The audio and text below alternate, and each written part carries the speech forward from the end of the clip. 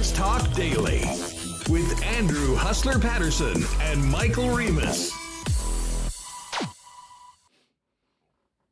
All right, let's do this, Winnipeg. Welcome to Winnipeg Sports Talk Playoff Game Day edition before Game 2 tonight between your Winnipeg Jets and the Vegas Golden Knights. Another late start tonight. Get your afternoon nap in after WST because the puck's going to drop just after 9 p.m. tonight as the Jets look to double down and come back from Sin City up 2-0 if they can get a win tonight. Should be a big test, though. We'll hear from Bruce Cassidy and the Vegas Golden Knights a little later on. Not pleased with the events of game number 1, and we'll look for a big push back from the home team tonight. But as we talked about yesterday, pretty hard to not feel good if you're in the Winnipeg Jets camp right now with the way the team played in game number 1. We do have a lot to get to from last night in the Stanley Cup Playoffs. And then, of course, focus in on tonight's game 2. Really looking forward to having Ken Wiebe join us in the second hour of the program. Jets are on the ice right now. Ken will join us in an hour or so from Vegas with his thoughts on certainly the series, as well as what he's seen today at practice and what the Winnipeg Jets and Coach Rick Bowness had to say about tonight's game 2. And before that, in the first hour, really looking forward to bringing on our pal Drew Mindell from Illegal Curve Hockey. Of course, the IC guys all year long have been doing a killer job right after the final buzzer, firing up the Illegal Curve post-game show. And much like us right now with the excitement and intrigue over this playoff run for the Winnipeg Jets, have had massive, massive numbers on their YouTube channel. Make sure to jump on with them right after the game finishes tonight. We get Drew's thoughts on where the Jets are right now heading into game 2, the game number 1 performance, and what needs to continue to happen if they hope to make it on to round number 2 of the Stanley Cup playoffs. So, Drew, Ken, lots of audio from both the Jets and the Vegas Golden Knights. We are packed for the next couple hours. Just before I bring in Michael Remis, a big thank you to the sponsors that make this show possible every day. Coolbet Canada. By the way, big lock shop today and big lock shop winner yesterday with our exclusives. We've got another one for you tonight. Check out today's lock shop over on the YouTube channel at Lock Shop Bets, or search Lock Shop wherever you get your favorite podcasts. Princess Auto, Consolidated Supply. We will be heading over to Consolidated Supply right after the show. Big grand opening over at 1395 Niagara Road East. Looking forward to seeing the fellas there. Royal Sports, Boston Pizza. BP's will be packed tonight for the game, I'm sure.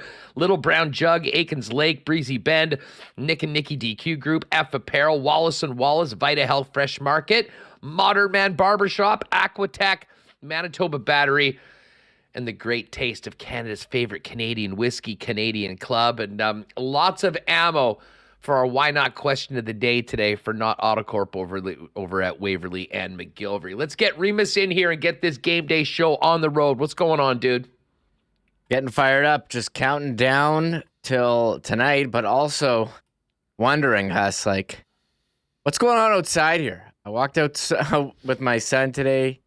He goes, I thought it was spring. What's all this white stuff here? The weather knew that a whiteout was coming and blessing us with some wonderful snow on the ground here in Winnipeg on April 20. Yeesh. You know what? Like I said yesterday, still on such a high from game 1. Yeah, just don't care. Don't even care. Don't even care. It can't dent anything right now. And as I said, it is somewhat funny. And as I said, maybe it is a little bit prophetic about the whiteout coming back. I am so excited for Saturday, as I'm sure many of you are. 3 o'clock puck drop. And as I mentioned yesterday, if you have tickets to the game, get there early. Obviously, they've got the beer specials before the games and stuff. I'm sure people will be taking advantage of that on Saturday. But there is nothing like being in the building, in the seats, almost full, in white, for when the teams come out for warm-up. And listen, I'm the last one. I almost never get to warm up or in my seats for warm-up during the regular season. The playoffs are different, though, and I think that the atmosphere around and inside the building is going to be cranked up to 11 far before puck drop. And I don't think there's a more intimidating scene in the National Hockey League for visitors when they come out in warm-up to a nearly full building of people going bananas. And I can't imagine how much of a boost that is to the home team. So if you are going to the game on Saturday or Monday for that matter, make a point of getting there a little early and being there to welcome the Jets and the Vegas Golden Knights to the ice when the warm-up gets going coming up, on the weekend. But yeah, as far as the snow goes, who cares? We got playoff hockey to worry about, and it's whiteout season in Winnipeg. So if Mother Nature wants to get involved on it, let her. We'll deal with it, and we'll be there on Saturday and Monday to see what happens in this first round best of 7 series between the Jets and the Vegas Golden Knights. Let's just quickly hit last night, as people roll in here and we get ready. Of course, we'll break it down with Drew, and we'll hear from the Winnipeg Jets from yesterday. And, of course, morning skate going on. I guess we should quickly hit that right away. Mike McIntyre, Ken, Marat, all there right now. And it does look like Morgan Barron's going to be good to go tonight. He got as Rick Bowness said, a well-deserved day off yesterday. And from the sounds of it, they were quite worried that there might be a lot of swelling and aftermath of the injury, but sounds like it was pretty much the best case scenario. So he's got the bucket back on, the full cage bear out there today, and Morgan Barron, who became a bit of a legend Tuesday night, coming back after the 75-stitch gash to his head from the skate of Laurent Brossoit, will be in there tonight. And as you can see there as well, Remo, a bit of an update as to what's up with Nikolai Ehlers. And as I suggested yesterday, considering the win and only a 48-hour turnaround, I wasn't expecting Nikolai Ehlers to play tonight. That was just a hunch based on nothing other than, the timing involved and the fact that the Jets did get that first win. And doesn't look like Nikolai Ehlers is out on the ice with his teammates today for the morning skate. Yeah, I mean, it's kind of wild how this Ehlers has gone. I mean, Ken was on here, was it last week, saying that he would play. Ehlers saying he's going to play. Bonus going, no, day-to-day to him not being lineup. He did practice on the top power play a couple days ago even, but yesterday he was just on the ice and he was skating in Morgan Barron's spot with Lowry and Appleton. Barron given the day off, of course, after receiving 75 stitches. So, and yesterday Ehlers didn't practice on the power play either, which he had in the past and still not played. So I think yesterday we kind of got the hint, hey, Ehlers not going to be in the lineup, and I get that. I mean, they won without him. If he's not healthy, you don't feel as much pressure to rush him back. And yesterday, other guys who didn't skate, Stanley and Pionk, they are out there today. And Stanley, he was day-to-day up and played in the game. And Pionk, again, maintenance day yesterday, and he's on the ice. Mike McIntyre also reporting Ehlers did not skate, which we already said, but also not on the ice for today's optional. And we'll hear more from Ken, I'm sure, just maintenance. No Dubois, no Lowry, Nemestikov, Connor, Schmidt, and Brendan Dillon, also not skating. And Cole Perfetti still in a non-contact jersey. And I do wonder, when Perfetti, was it last week they said 7 to 10 days, or was that this week? I think the second week of the playoffs, maybe we'll take off the red jersey. So we're kind of on Perfetti watch more and more as the series goes on. But Morgan Barron, who was on TMZ, was on PTI, was on Pat McAfee, like international superstar. That was the viral moment of the playoffs, 75 stitches.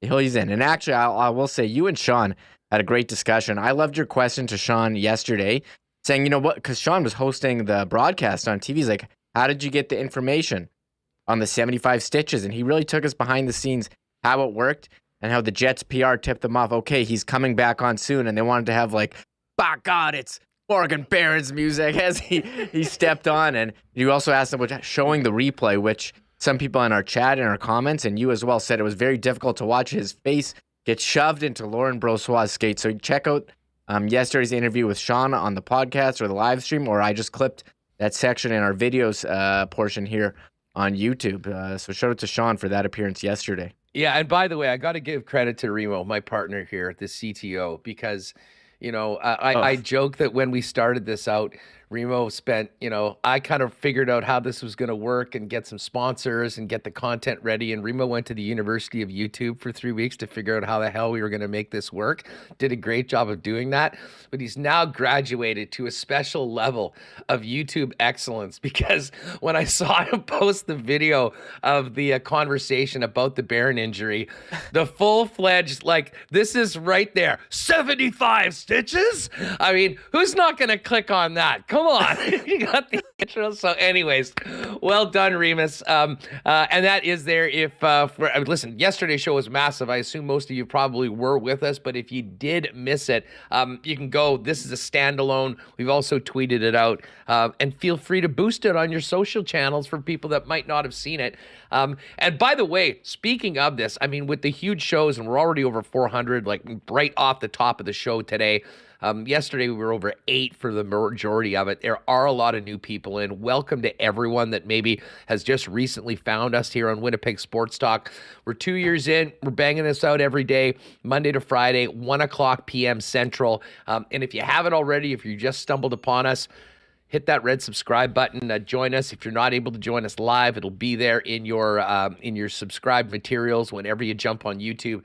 And of course, you can also get us on audio podcasts wherever you get your favorite podcasts. Just search Winnipeg Sports Talk. But if you are here with us on YouTube, do us a favor and hit that thumbs up as well. It helps us spread the channel and move that on. All right, we are going to be all over the Jets for the majority of this program, but a couple things I wanted to get to right off the bat, Reem, coming out of last night in the National Hockey League Stanley Cup Playoffs, and a couple of very important big bounce back games by teams that had lost on home ice in game number 1. And the Oilers didn't make it easy for themselves. I mean, they were all over the Kings in the first period last night. I don't think the Kings got their first shot until after 15 minutes into the game, and it was already 2-0 for Edmonton. But as LA seems to always do, they don't go away. They come back, and I think there was some nervous people in Edmonton going into the third period with that game at 2-2. Klim Kostin scored on pucks on net, right? I mean, it wasn't a particularly dangerous chance. It was surprising that I went on Korpisalo considering the saves that he had made. But the Oilers were able to hold it down for the rest of the way. Stuart Skinner backstopping the Oilers, and Evander Kane getting an empty netter. And the Oilers win 4-2, a game that they absolutely had to have before heading to Tinseltown for games 3 and 4. Yeah, you knew an Oilers bounce back was coming. They had played really well, but fell apart at the end. And part of it, too, was they kept taking penalties, and the Kings were scoring when they had the power play. Now, the Oilers, did take more penalties than the Kings yesterday.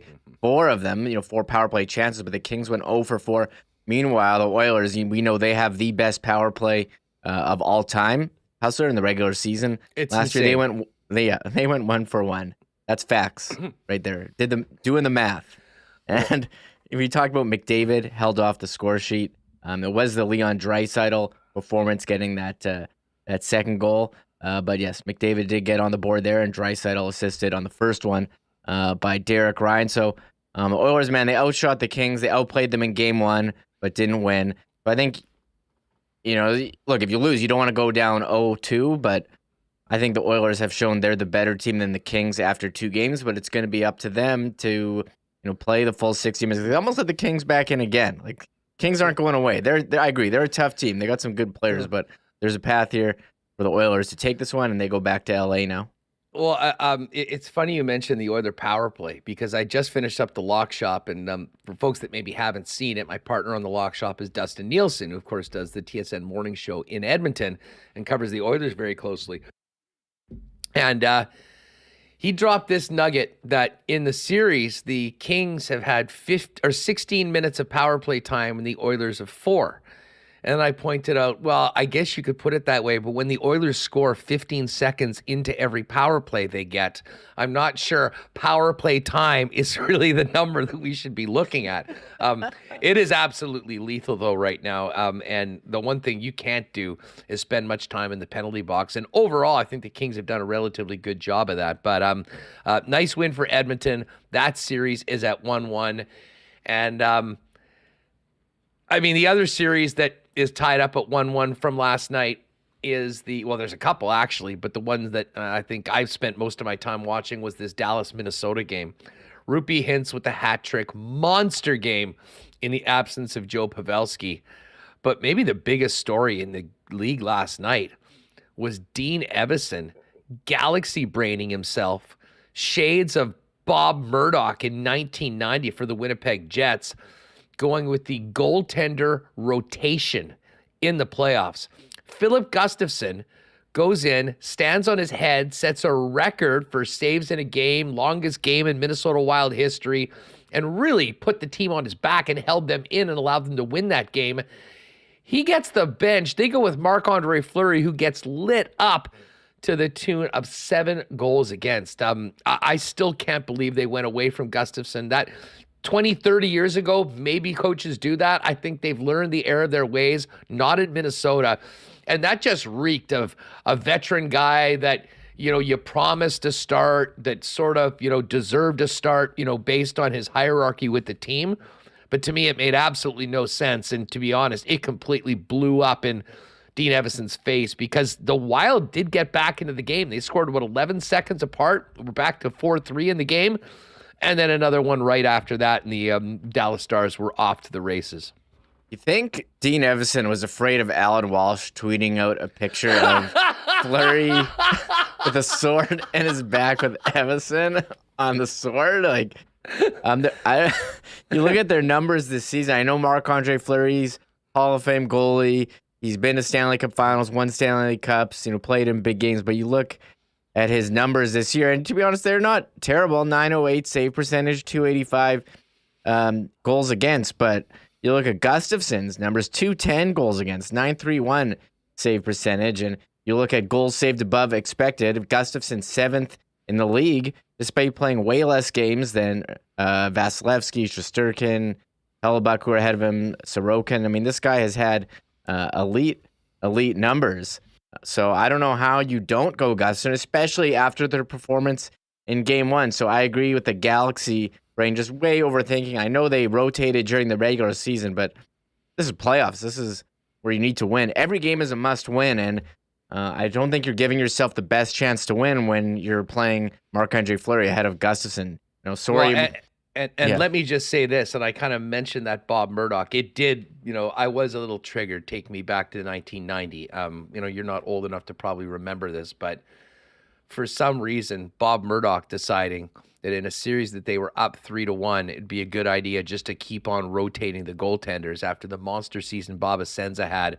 Beauregard going in for Game 5 and Game 7, and wasn't necessarily the goaltending, I think, that was the Jets' demise in that, but you got to have your best guy out there, and Philip Gustafsson is very clearly the best guy for the Minnesota Wild right now, and he didn't get the start. He'll be in there in Game 3, and I have a feeling that unless it goes very poorly for the Wild in Game 3, logic would dictate that maybe you give the kid another start in game number 4. Speaking of goaltenders, just before we get back to the rest of the action from last night, Reem, it does sound like it will be Laurent Brossoit back in net for Bruce Cassidy. Doesn't sound like they're going to change anything other than, well, for Bruce Cassidy's perspective, hopefully the way that they play. But no lineup changes expected, and I think that would mean that Laurent Brossoit gets another crack at his old club tonight.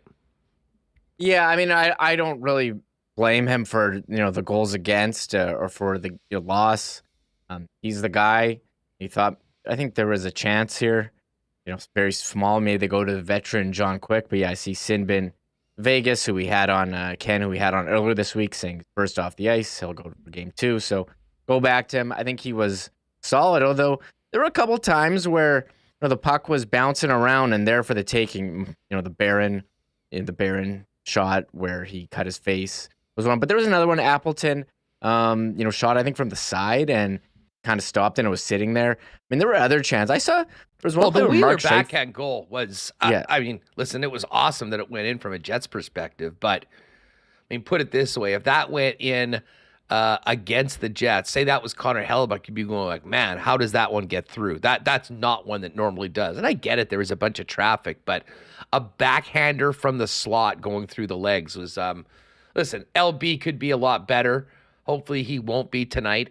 But the thing about this, and again, we'll get into this with Drew and with Ken, you couldn't help but feel that the Jets really have the book on Laurent Brossoit, at least know, given their opportunities, where they have the best chance of scoring, because they were shooting a high blocker side right from the second the first period started. If they had the opportunity to sort of pick where the shot was going, that's where they were going. And of course, I mean, the first couple of goals right in that spot, particularly Dubois' ripper to make it 2-0 early in the second period.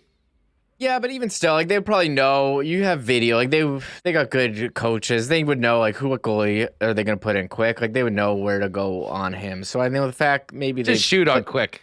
Yeah, the fact that they've practiced with Brossoit and like he's on their team, yeah, I probably know a bit more. But I think they have the book on every goal. Like, they have video out there. This isn't 1990 where you're passing around VHS tapes with a marker label saying, okay, here's the clips of the goalie. Like, they got iPads where you can search for every single play. So I don't know. I think Brossoit is their best guy. He gives them the best chance to win. And like, I don't even know if we're gonna see like some of their other goalies in this series, if it's Hill or Quick. I mean, we'll have to see what happens. Oh, I love it, because that probably means things aren't going well for the Vegas Golden Knights. Brass Balls Blake, I heard PLD's chirp to LB was high blocker side all night long. Say that. But anyways, we'll have that and we'll hear from the Jets in just a couple minutes. But more from last night. Reem, I really did think that one of the two teams that lost on the road, the underdogs, were going to win last night between the Islanders and the Florida Panthers. I ended up picking the Islanders. They got absolutely jobbed. That game went to overtime 3-3. If you missed it, Scott Mayfield taking a wild high stick in the face, goes down. Unbelievably, it was ignored. And the Hurricanes player went right around the Islander defenseman on the ground holding his face. The next thing you know, the puck was in the net. Carolina's up 2-0. And adding insult to injury for Islander fans last night was the fact that there was the missed call on the goal, and the power plays for the game were 6 for Carolina and 0 for New York. Yeah, that high stick, and then you got to control your stick, and the refs didn't call it. A lot of, the reffing, as much as the players, under a microscope, and every call and non-call going to be evaluated. So, I mean, tough break for the Islanders, but huge win for Carolina, going up 2-0, scoring in overtime, and it seemed like the Islanders stormed back to tie it and even take the lead before Jacob Slavin scored the tying goal in the third period. But another loss for Carolina here, where Teuvo Teravainen broke his hand after being slashed by J.G. Pajot, which wasn't called a penalty. That was not one of the 6 penalties that the Islanders got. That was not one of them. So that's a tough. So Carolina, they're now down Max Pacioretty, Andrei Svechnikov, and Teuvo Teravainen. It's basically a full line for a team that many thought was a cup contender. It's going to be a bit harder now for Carolina, but hopefully they can weather the storm, because the rate storm surge. I see what you did there. Right, and take the Islanders. So I don't know how long Teravainen's going to be back. Ryan O'Reilly had a broken hand. He's out for a month, so maybe he would come back if they go deep, but not ideal. Oh, Mike McIntyre just tweeted out a picture of Morgan Barron's face. You want to see this picture? Yeah, fire it up. I'm sure this is him in the post game. Wow, get ready for this. Holy crap! Here it is. Whoa! Is that too zoomed in? Is gnarly. Should we put not safe for work? Sorry, podcast listeners. We're showing NSFW. Yeah. We're showing Morgan Barron doing a post-game or post-practice scrum. Huge cut from the middle of his forehead to below his eye. He's also got a black eye as well. Look at the stitch work on that. Has some professional surgeons there. It's like a straight fish hook, and then obviously like the deep gash right into to the right of his eye had layers of stitching inside it.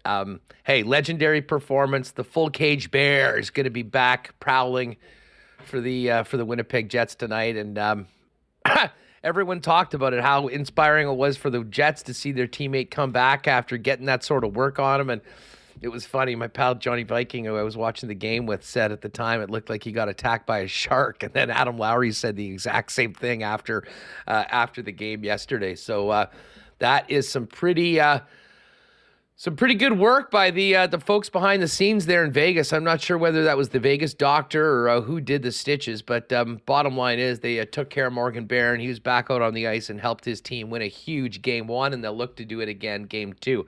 Just wrapping up last night's action, though, from the Stanley Cup Playoffs. Paul Maurice, Florida Panthers, Reem. Who had that one? As I said, I kind of was leaning on the Islanders. They didn't get it done, but Florida did. Big win last night at the Garden in Boston. And now the Florida Panthers have home ice advantage going back to South Florida for games 3 and 4. I still think the Boston Bruins win this series, but much like Jack Hand said, this could be a very difficult series for Boston. And Florida not going to be an easy out, and that's a huge win for the Cats. Yeah, huge win. Matthew Tkachuk, this trade for them is working out, I think, pretty well, even if they didn't have to give, even if they had to give up a lot. But I mean, he's having one of the top seasons in the league, and there he was recording 2 assists, and getting in the face of the opponent. The video him going around chirping what Thomas Nosek after he elbowed Eric Stahl in the head. No penalty and no discipline on that play, and I know supplementary discipline is going to be a topic throughout the playoffs, and it has been for suspensions not handed out here through the first round. But yeah, we thought Florida was going to be a tough out. I think they had a lot of injuries during the season.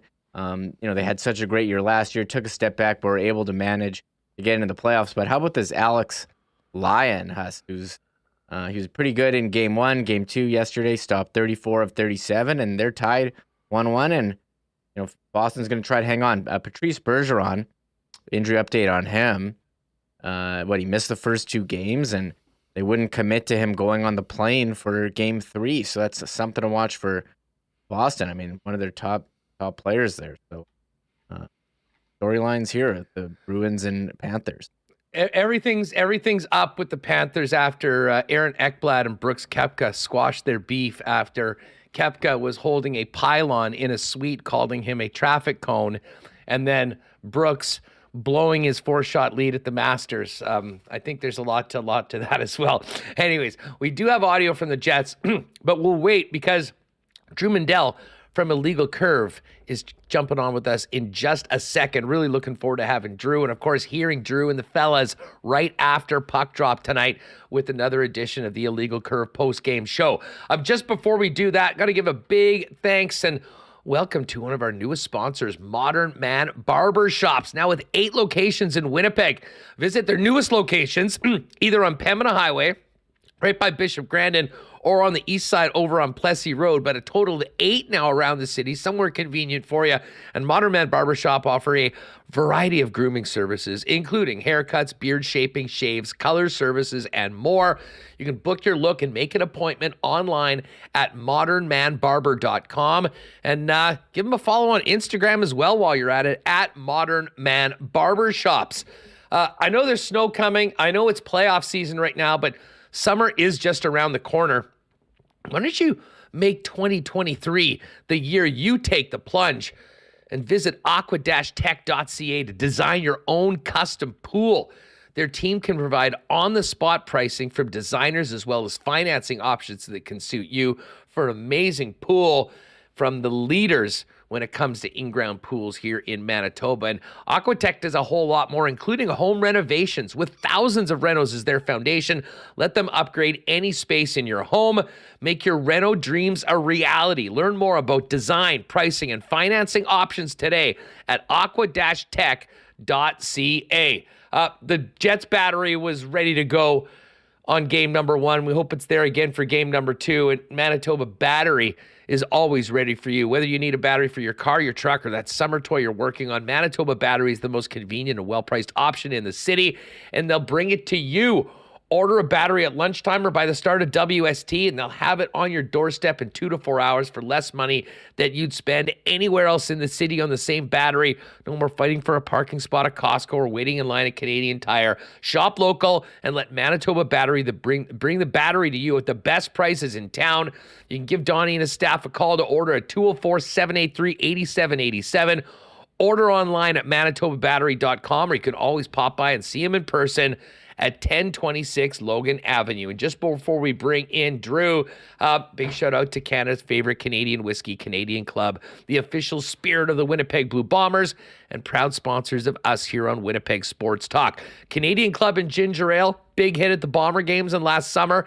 It's back, and it's available now in 473 milliliter cans at liquor marts, but also at beer vendors. If you don't see it, ask for it. And we're counting down the days till we can enjoy a few of those CC and Gingers at IG Field watching the blue and gold. Pick up Canada's favorite Canadian whiskey, Canadian Club, at your local Manitoba liquor marts. All right, a little IC After Dark planned for tonight after Game 2. What a crew. I mean, we've had huge shows. I mean, it was bananas in the IC chat after the game, and for good reason after the way the Jets played in game number 1. Let's welcome in the host of the Illegal Curve Hockey Show and the post-game, Drew Mindell. Drew, what's up, man? Great to have you on the show. It's my pleasure to be here, Huss, as always. Thanks, brother. Nice to see you. Nice to see Remo as well. Yeah. Listen, you're too kind. You're too kind. You're, you know, we're going to get to tonight's game in a minute, but, you know, you have watched every game this season. I mean, we've had the ups and downs of this year, which have been great highs, some really deep lows. A steadying, I would say, in the last 10 games to get back in, but who could have possibly imagined? I mean, do you agree? I mean, that's the best game I've seen the Winnipeg Jets played this year, and you may have to go back seasons for a performance like we saw in Vegas on Tuesday night. No question about it. That was in my books, that was their best performance of the year, especially with the stakes. Of course, the stakes being, you know, the first playoff game, so the stakes are always going to be at its highest once playoffs begin. But, Huss, this is a team, the Jets, we've seen them give up 17 shots in half a period. Never mind an entire game. It's unheard of for this Jets team to only give up 17 shots in 60 minutes. That was the most impressive part for me, is just how dominant they were at 5-on-5, how dominant they were on the penalty kill, and just how they suffocated the life out of Vegas. I didn't really think they had that in them, but now I'm interested in seeing what they do for a follow-up performance after what, as I agree with you, was their best performance of the season so far. Well, and you know, we, I mean, obviously we're going to talk about Dubois and Lowry's monster performances in the forwards, but I mean, the blue line, which at times, I mean, much like the team, had some highs. I mean, Morrissey was all world for the majority of the season. Yeah. You couldn't say the same about the majority of the rest of the defense core. Neil Pionk had some, you know, horrible games, some bad giveaways. Pionk, to me, came around in a huge way in the last month of the season and was far better, was more confident, and bottom line, wasn't making those mistakes in their own end that often ended up turning them around. Yeah. But Dylan Sandberg in his first playoff game, Nate Schmidt as well. I mean, to me, it really, in a lot of ways, started with the blue line and their ability to get the puck, make that pass, and get it out of their zone, and take care of a Vegas forecheck, which is sort of the core of what they do to teams in the other end. Yeah, no question about it. I thought, you know, the first 6 to 8 minutes of the game, Vegas was really hard on the forecheck, and they forced a couple turnovers, and the Jets D was maybe a little bit on their heels. But after that sequence, the Jets were just simple with their game and effective with their game, and it started particularly on the back end. I agree wholeheartedly. So, you know, the first few minutes, as you'd expect, the adrenaline pumping, the building rocking. You know, Vegas maybe was a half a step quicker, a quarter a step quicker, and they were forechecking hard on the Jets defense. But after that, the Jets settled in, and 1 through 6, they all played a solid, simple game.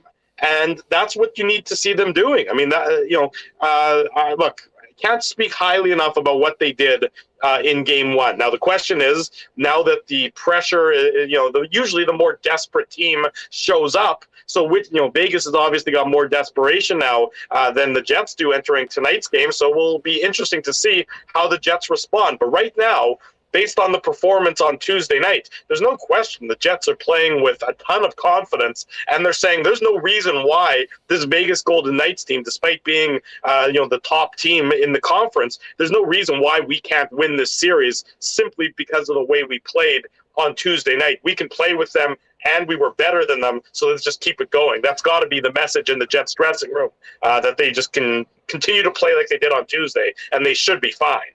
Drew Mindell of Illegal Curve with us. Drew, for all the great things that the Jets did, I was really surprised at the lack of response, especially in the third period from the Vegas Golden Knights. What did you make of what Vegas did and didn't do compared to, frankly, being one of the most consistent teams all year, despite not having Mark Stone, despite having a carousel of goaltenders? This was a 109-point team. They didn't look like it on Tuesday. I think they were shell-shocked a little bit. I think that they thought that playing against the Jets was going to be not easy in the result is going to be easy, but that the Jets were going to be too loose with their coverages, were going to be too loose with their positioning.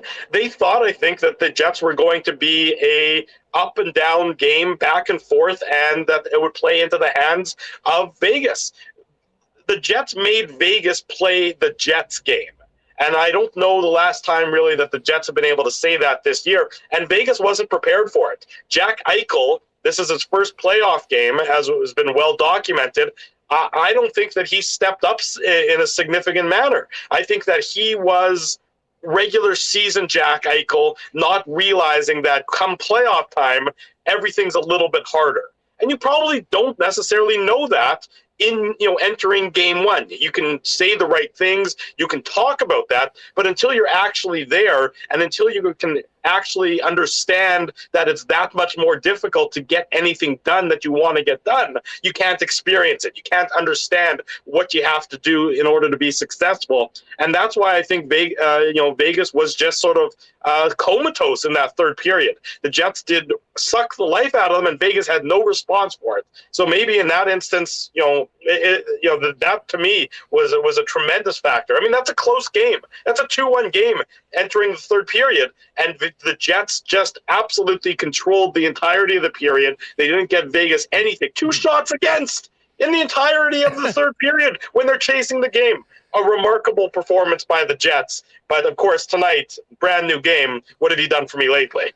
No, exactly. I mean, yeah, the 2 shots against was the most stunning number, and you're exactly right. I mean, you look at the final score, 5-1, and it was 2 shots. You might think that it was 4-1 going into the third. Right. Far from it. I mean, they had scored that late goal, and, we talked about this somewhat yesterday, but I'm sure you'll want to pop in on this. I mean, when we talk about the foundations of this hockey team's success, Connor Hellebuck's right there. Mm-hmm. I can't say enough about this penalty killing unit. I mean, this penalty killing unit, through the ups and downs of this entire regular season, was the one constant that Rick Bowness and Scott Arniel, credit who handles that group, really relied on.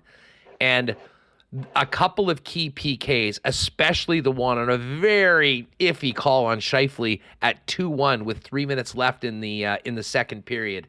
Sure. To me, in a lot of ways, I thought set the tone for the Winnipeg Jets being prepared to hang in there for another 20 minutes. And, to their credit, they built off that at the beginning of the second. They got that goal from Wheeler and just never looked back. But, I mean, we'll talk a lot about Adam Lowry and what he's bringing to the team. He's doing a lot of other things right now.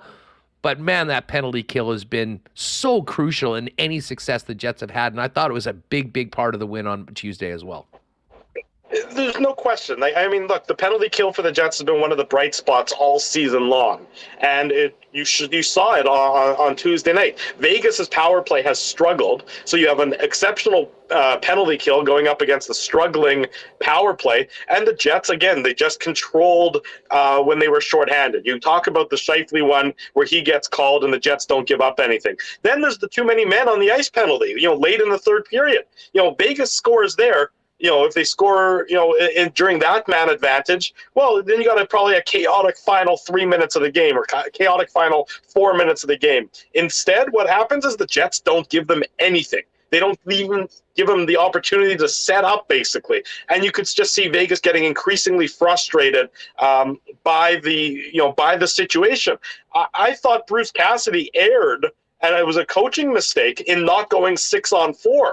when the Jets took that too many men on the ice penalty. I saw no downside at that point in time from the Vegas perspective. You're down 2 goals. There's 5 minutes to play in the game, basically. Go 6-on-4. Why aren't you doing that? Change it up. Add a little bit, a little bit of pressure to the Jets on the penalty kill. I don't understand that coaching decision by Bruce Cassidy. And, then it just the power play did nothing for Vegas, and the Jets will say, okay, all we did is we killed 2 minutes more of this game. We increased our confidence. We continued the momentum, and now you look like a shell-shocked group for the final 3 minutes of the game. The fact that Vegas didn't push at all, like they didn't have one push during the final third period, it speaks volumes about what the Jets did to them on Tuesday night.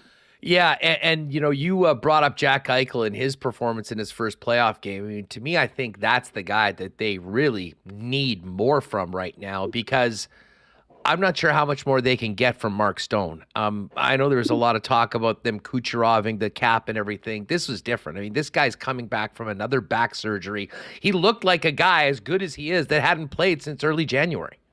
Yeah, look, Mark Stone is a great hockey player. We know that. But it takes time to get back into game shape and everything else. So, I mean, if this wasn't the playoffs, I'm curious if Mark Stone would even be in the lineup, to be perfectly honest. He's not going to be able to be a fully healthy Mark Stone because of the fact he's missed so much time. I mean, we remember when Ehlers came back to the lineup, how long it took him to sort of get that feel back underneath him. To expect Mark Stone to come back in and immediately carry the team isn't really realistic. Vegas needs more from Jack Eichel. I mean, Pierre-Luc Dubois sort of treated him like a bit of a child, on the Connor goal, sort of throwing Eichel out of the way and setting up Connor there. Eichel needs to be better for Vegas if they want to succeed. But because to expect Mark Stone to be able to be that driver who single-handedly carries the team is probably not realistic. Jack Eichel has lived his entire NHL career for this moment, for getting the opportunity to play come playoff time, and he didn't do himself any favors with his performance on Tuesday night. So he's the guy I'm keeping a very close eye on for tonight's game, especially early in the game, because we know Vegas is one of the best first period teams in the league. When they get a lead in the first period, when they're winning after 20 minutes, they're hard to beat. They obviously weren't winning after 20 minutes on Tuesday, it being 0-0. I'm expecting Vegas to come out, try and come out as fast and as hard as they can to take that early lead tonight, because if they don't, the doubts are going to continue to creep into their minds, and the Jets are playing like a very confident hockey team. Yeah, well, and Eichel's got his work cut out for him because, and again, Bruce Cassidy, I'm sure will try and get him away from Adam Lowry and Pierre-Luc Dubois. But pick your poison. I mean, both of those guys. And I mean, I really think, and I've been talking about it for the last month, I mean, going back to the Nashville game, or maybe even the Edmonton game at home, when Adam Lowry finally broke that goal-scoring streak. Yeah. He's been one of the best players on this team. And when the team was still really struggling, the tying goal in Nashville, the winner in Arizona, the winner in Anaheim, Adam Lowry reestablished himself as a real difference maker in so many different ways, and he was there. But the guy that stood out to me, especially when we're speaking about Eichel, was Dubois, and what a problem he was for Eichel. And I mean, the perfect example of that was the goal that got the Jets started. Kyle Connor early in the second period. I mean, Dubois just sort of pushing Eichel off him, using his body position to control the puck, getting it deep, and making a beautiful pass to Kyle Connor, and it was on from there. And I mean, who knows what the future of Pierre-Luc Dubois is here in Winnipeg long term, but right now, that guy we saw on Tuesday night, that was the guy that Kevin Cheveldayoff was hoping to get when they made that trade a few years ago. Yeah, look, he was Pierre-Luc the Beast. That's who he was on Tuesday night. He saw Jack Eichel, he sees that matchup, and I think he's thinking, hey, I got some fresh meat here that I can take a bite out of.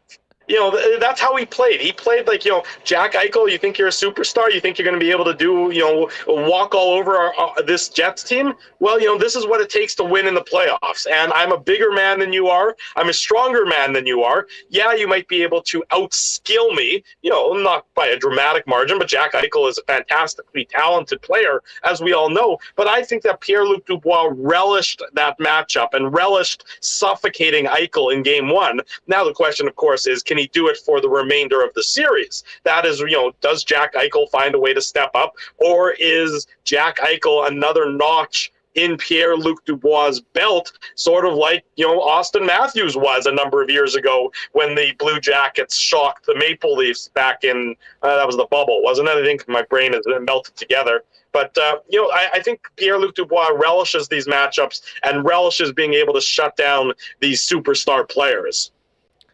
Drew Mindell of Illegal Curve with us. Make sure to check the fellas out right after the final buzzer tonight on the Illegal Curve YouTube channel. What did you make about this Ehlers situation? Ehlers saying that he's playing, and now we know why Rick Bowness was pumping the brakes because he hadn't been cleared yet by the doctors. And I appreciate Ehlers saying that he's going to go and doing everything he can to play. Yeah. I'm not surprised he wasn't skating this morning. I certainly took that if the doctors weren't clearing him then and the team had won that first game, you maybe have a little bit more cushion to try to get him as close to 100% so that something more doesn't happen. Because I think one thing that we know, a player like Nikolai Ehlers is going to draw quite a bit of focus and physicality from other teams once we get to the playoffs. No question. This is the equivalent of a football player having his helmet taken away from him. Yeah, I'm good. I'm healthy. I'll get back in there. I want to go tackle somebody. But the doctors have to step in. So, I mean, look, the doctors, the Jets obviously want Nikolai Ehlers in the lineup, but you have to defer to what the medical people are saying. And sometimes the medical people are going to err on the side of caution, and not let the player go out there and do any more long-term harm to them. And so you have to, it's a disappointment, but you wonder, another day off, another couple days off, whenever he can get to that healthy point. He's obviously not going to be 100%. Nobody is this time of year. But as soon as he's healthy, he'll be able to be back in the lineup. But it's going to come down to medical science, and it's going to come down to the doctors saying, yes, you're now good to go. You can't do any more damage. You can't do any more long-term damage to whatever the injury is at the moment. So, the Jets are going to be that much more dynamic if and when he returns to the lineup.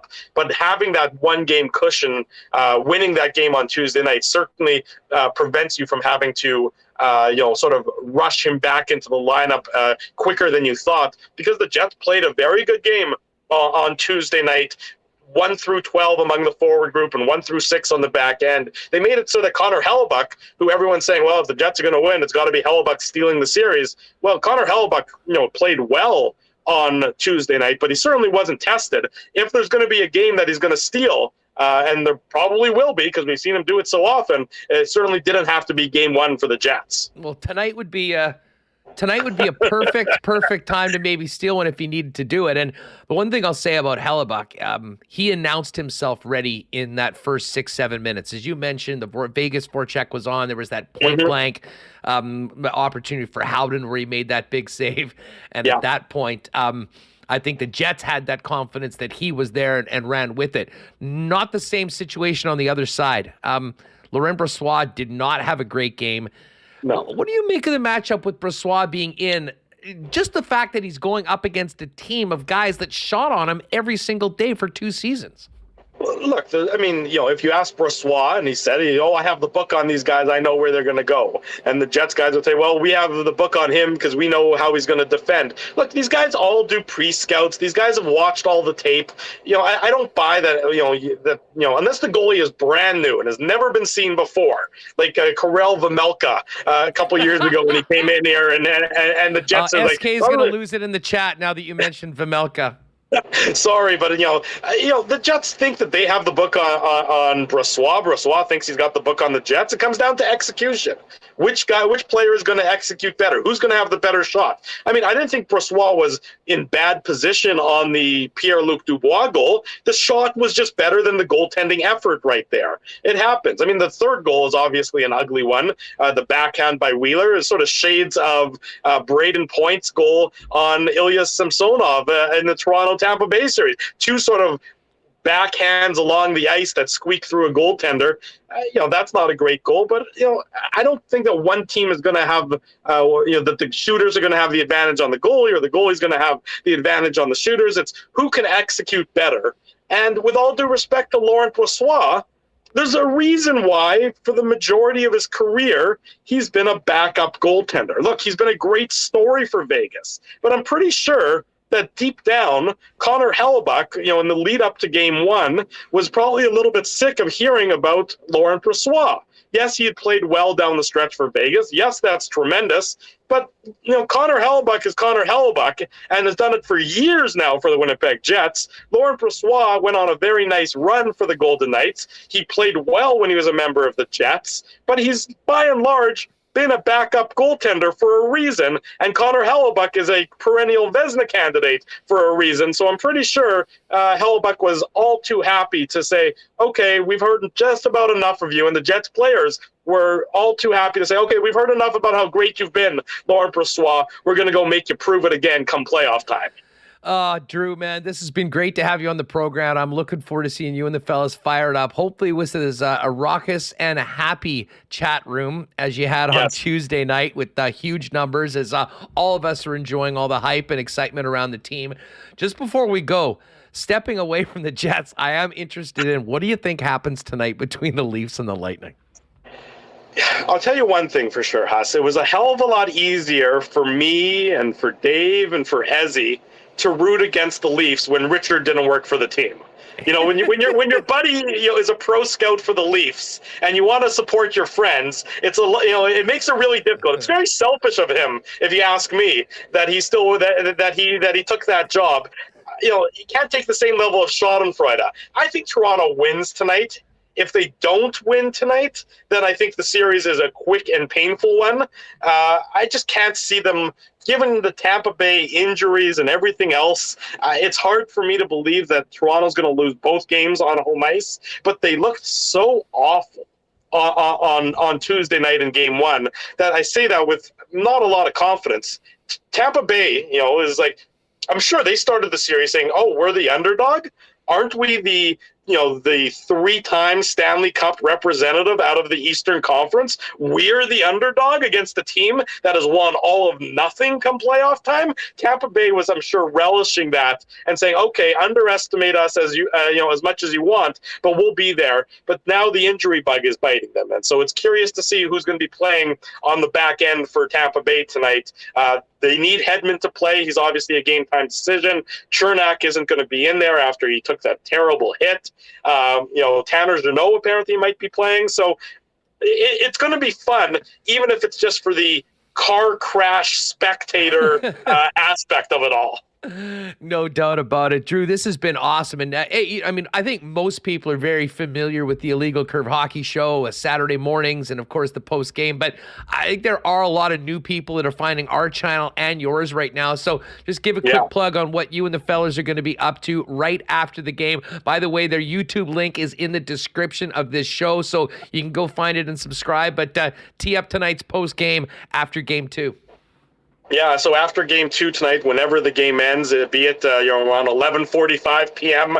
Central Time, or if it's going to go into overtime, whenever the puck enters the net, we'll be doing the Illegal Curve post-game show. We do it after each and every Jets game. We did it all 82 regular season games. We'll do it tonight as well, and then after all the playoff games as well. And then again, Saturday morning, the Illegal Curve Hockey Show, 9 a.m.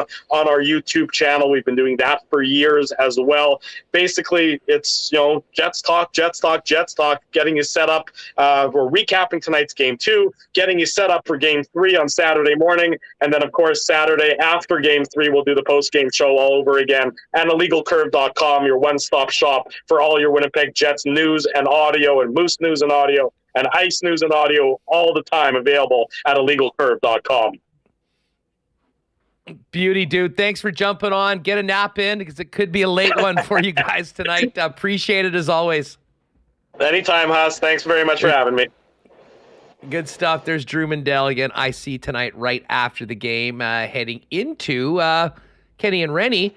And Ken Wiebe's going to join us in just a couple minutes from Vegas, where the Jets have just finished their pregame skate. Just seeing that Jesse Granger reporting Laurent Brossoit, first goalie off, expected to be the starter again for the Vegas Golden Knights tonight against the Winnipeg Jets. Folks, just before we bring in Ken and get to some audio, Bruce Cassidy as well as Rick Bowness, who's just spoken in the last little while, If you're looking for great prices on natural and organic supplements, beauty products, groceries, and Winnipeg's largest assortment of local products too, you need to stop at one of 7 Vita Health Fresh Market stores or check them out online at myvita.ca with local delivery available. Have you had your healthy fats today, gang? Yes, there is such a thing. Omega-3 fatty acids are beneficial for your skin, brain, joint, and heart health. That's where Health First Omega Supreme comes in. Get your healthy fats the easy way with this one-a-day soft gel. Health First Omega Supreme is on sale all month at Vita Health Fresh Market. Pop down and see him at one of 7 Winnipeg locations, including the newest store in Linden Ridge. Vita Health Fresh Market, empowering people to lead healthy lives. Check them out online at myvita.ca. Well, we do have one more Wallace & Wallace Unsung Hero to give out this year. And what a great program that has been, working with Wallace & Wallace and Josh Morrissey, the Winnipeg Jets. But it's back to work now with the snow melting, albeit we may have to have another melting of snow. But if you've got needs for fencing or overhead doors, Wallace & Wallace has been the specialist and the leader in the industry since 1946, serving residential and commercial customers. If you need the security and protection of a new fence, or if winter's done a number on your old one, they've got vinyl, ornamental, welded wire, chain link, or wood fences. And if you need to replace your garage door, Wallace & Wallace has Winnipeg's largest selection of overhead garage doors, as well as service, repair, and maintenance. You can give them a call at 452-2700. The Wallace & Wallace team will arrange a time to come out and give you a free estimate. Visit them online at wallacefences.com. You can also pop down to their showroom on Lawson Road off of Kenniston. How's the closet looking, fellas, as we get into spring and summer? Menswear game ready to go? Well, if it's not, you need to go see Andrew and the team down at F Apparel. Up your menswear game heading into spring and summer with F Apparel, with custom suits beginning at $400, along with chinos, golf pants, custom shirts, both tucked and untucked styles, and an incredible selection of menswear accessories. In a wedding party this summer, don't waste your money renting tuxes or anything like that. Get suits at F Apparel. 15% discount when the wedding party gets their suits from F. And if you've got a 2023 high school grad, get the young man a new suit to move on to the next chapter of his life. And F will hook him up with a free custom shirt and tie valued at about $150. 190 Smith Street downtown is where F Apparel is, and you can also make an appointment or check them out online at that's EPHapparel.com. You might have to wait till Friday for a victory blizzard after the game tonight at one of the Nick and Nicky DQs if the Jets can pull this off.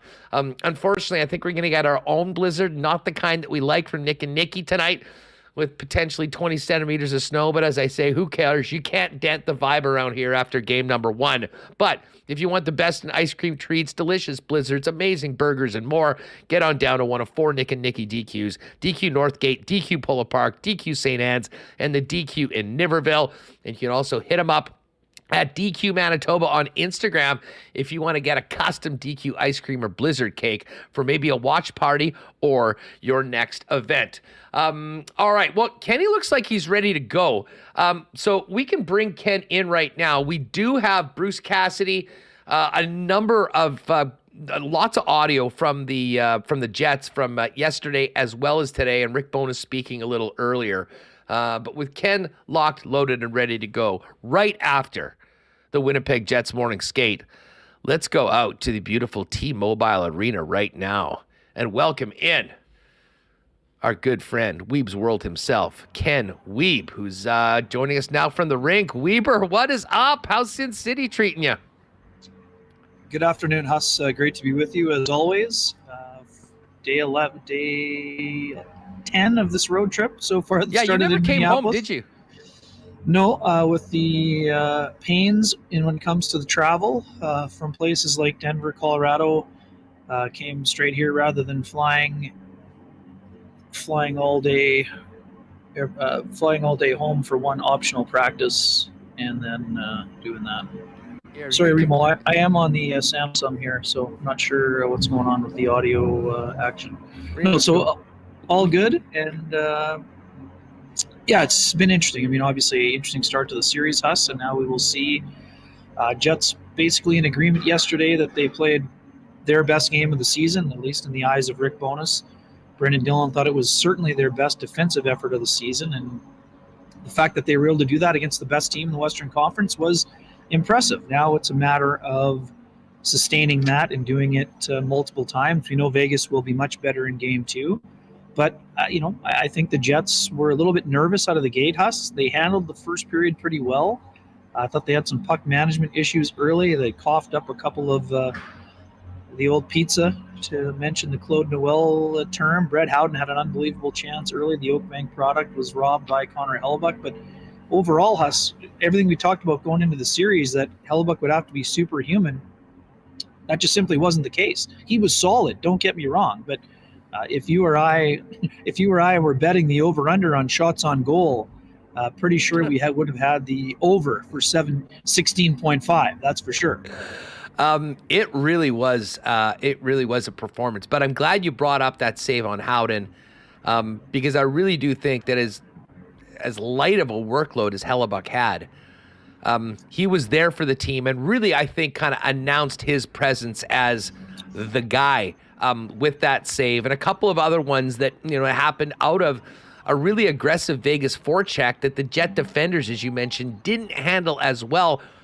But really, outside of the first 10 minutes, Ken, that was it. I mean, you were there. How impressive in your mind was the performance of the Jet defense corps, and how were they able to move on and handle that Vegas forecheck that really didn't seem impactful for basically 50 of the 60 minutes after the first 10 of the game? Yeah, Huss, I definitely thought the Vegas Golden Knights came out kind of buzzing, and they were very physical. Brett Howden had a couple big hits, one on Adam Lowry, later one on Mark Scheifele. You had a big hit in front of the bench, Barbashev, I think, on Menelainen. But for the most part, Vegas didn't skate well. I thought that it's funny to say, because we always talk about the Jets as being a high-octane team, and yes, they did score some of their goals off the rush, but I don't think that the game was played at an electric pace. And why I say that is Vegas is known for their back pressure and their ability to challenge and make their opponent uncomfortable all over the ice. And I didn't think that they skated overly well. We talk about the mobility of the Vegas defense corps, Huss, whether that's Pietrangelo or Theodore or even a Nicholas Hague. I didn't think that they were really activating all that often either. So there was no second wave of offense. The forecheck kind of got under control. And Huss, when you talk about the defense corps, I know we always talk about the big guys. I thought Dylan Sandberg was absolutely outstanding in Game 1, not because he noticed them all over the ice, but because of the small, subtle, smart plays he was able to execute, whether that's breaking down those forechecks or a nice exit pass through the middle, maybe using his legs to get out of trouble to create a lane. All of those things, to me, were factors in what made. I thought Dylan Sandberg was one of the best Jets defensemen in the entire game. And that's to take nothing away from the other five who were playing. He, to me, Huss, quite simply did not look like a guy playing in his first playoff game. I thought the top pairing was steady. I thought that Neil Pionk, was overall pretty good. The one or two decisions that maybe you would like him to make another one, but it's easy to say when you're watching. When you have a guy bearing down on you at 100 miles an hour, it's easy to say, why did you make that decision? But I thought that the pairing of Pionk and Dylan was excellent in the game also. Steady game overall from Josh Morrissey and Dylan DeMello. I thought there were a couple times maybe where Vegas forecheck was disruptive when they were out there, but they settled themselves down as the game went along, just like the rest of the Jets. And I thought that their team defense as a block of five was exceptional. And that's what opened up a lot of the offense that we saw that led. Yes, I know it looks good for the Jets. They scored 5 goals. One's an empty netter. One's a garbage time power play goal. Those count, and I'm not discounting them.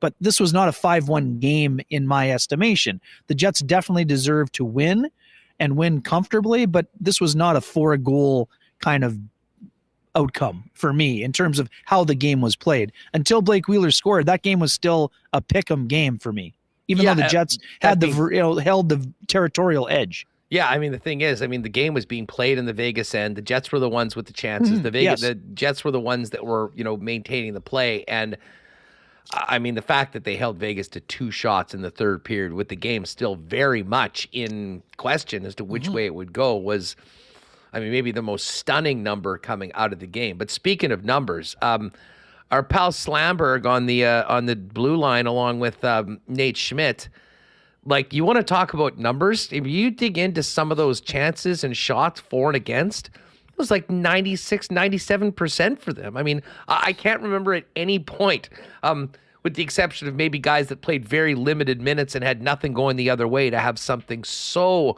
lopsided in the Jets' favor.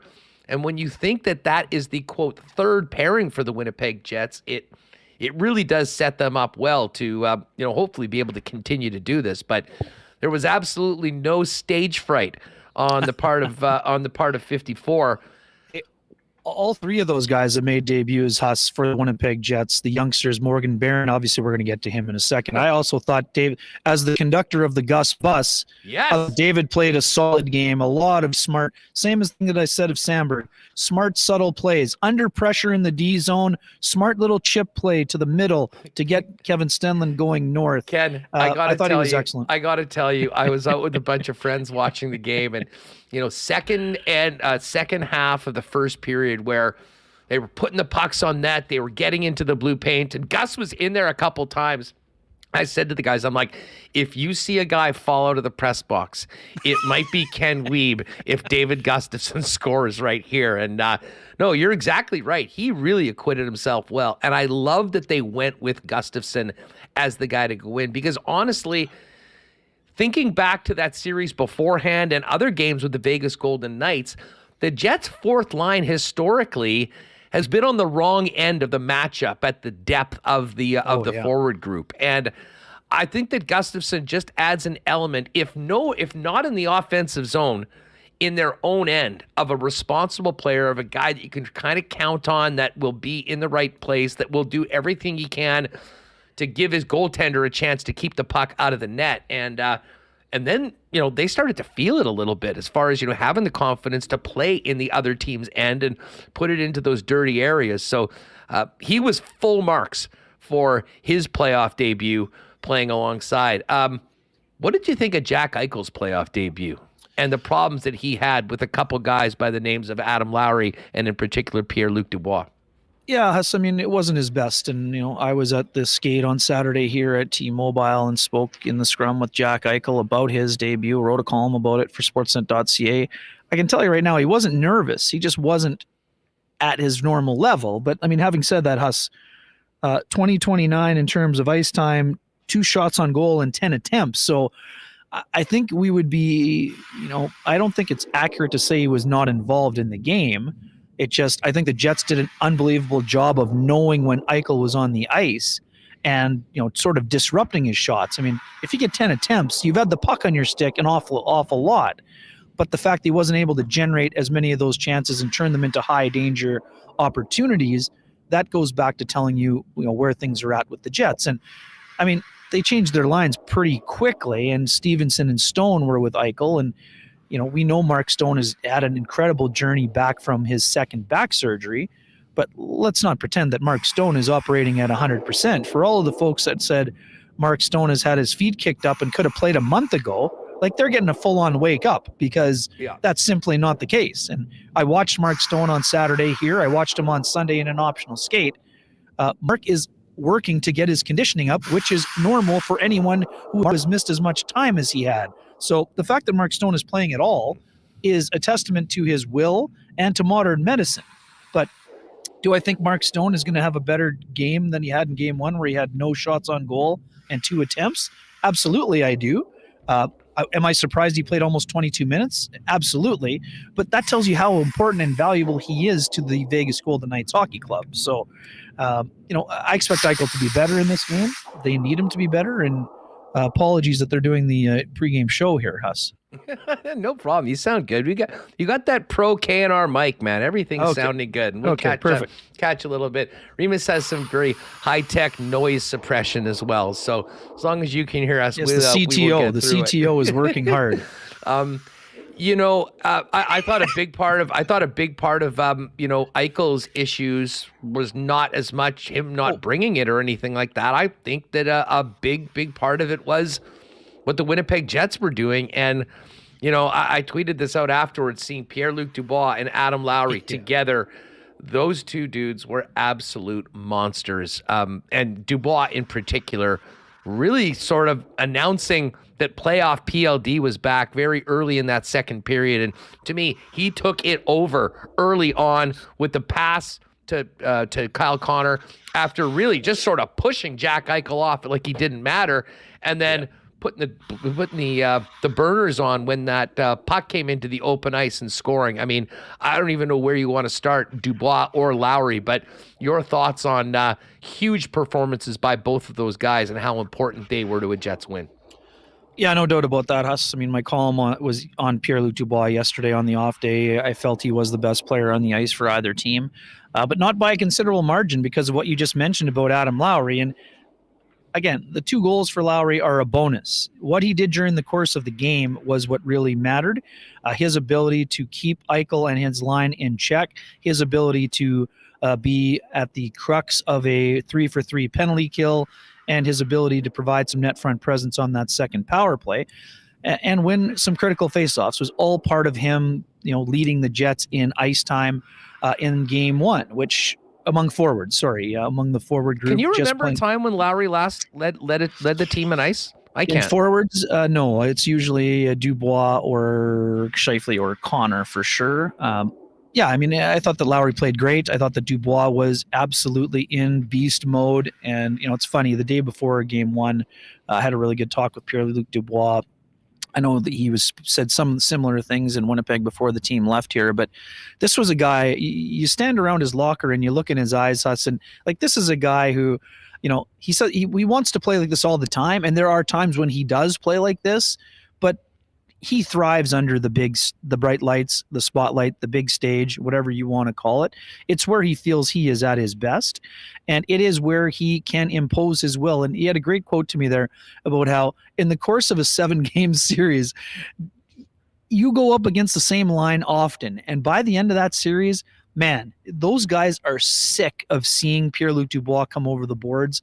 Both Brendan Dillon and Dylan DeMello, I spoke with them after practice yesterday, and they both use the term pain in the ass to play against. And as a defenseman, you have to know he's on the ice, and B, you have to know that he's coming for you. Like, he is going to impose his will physically. He's going to hang on to pucks down low. He's a beast to get to the front of the net. He's going to be involved in scrums. He's probably going to punch you in the face once or twice.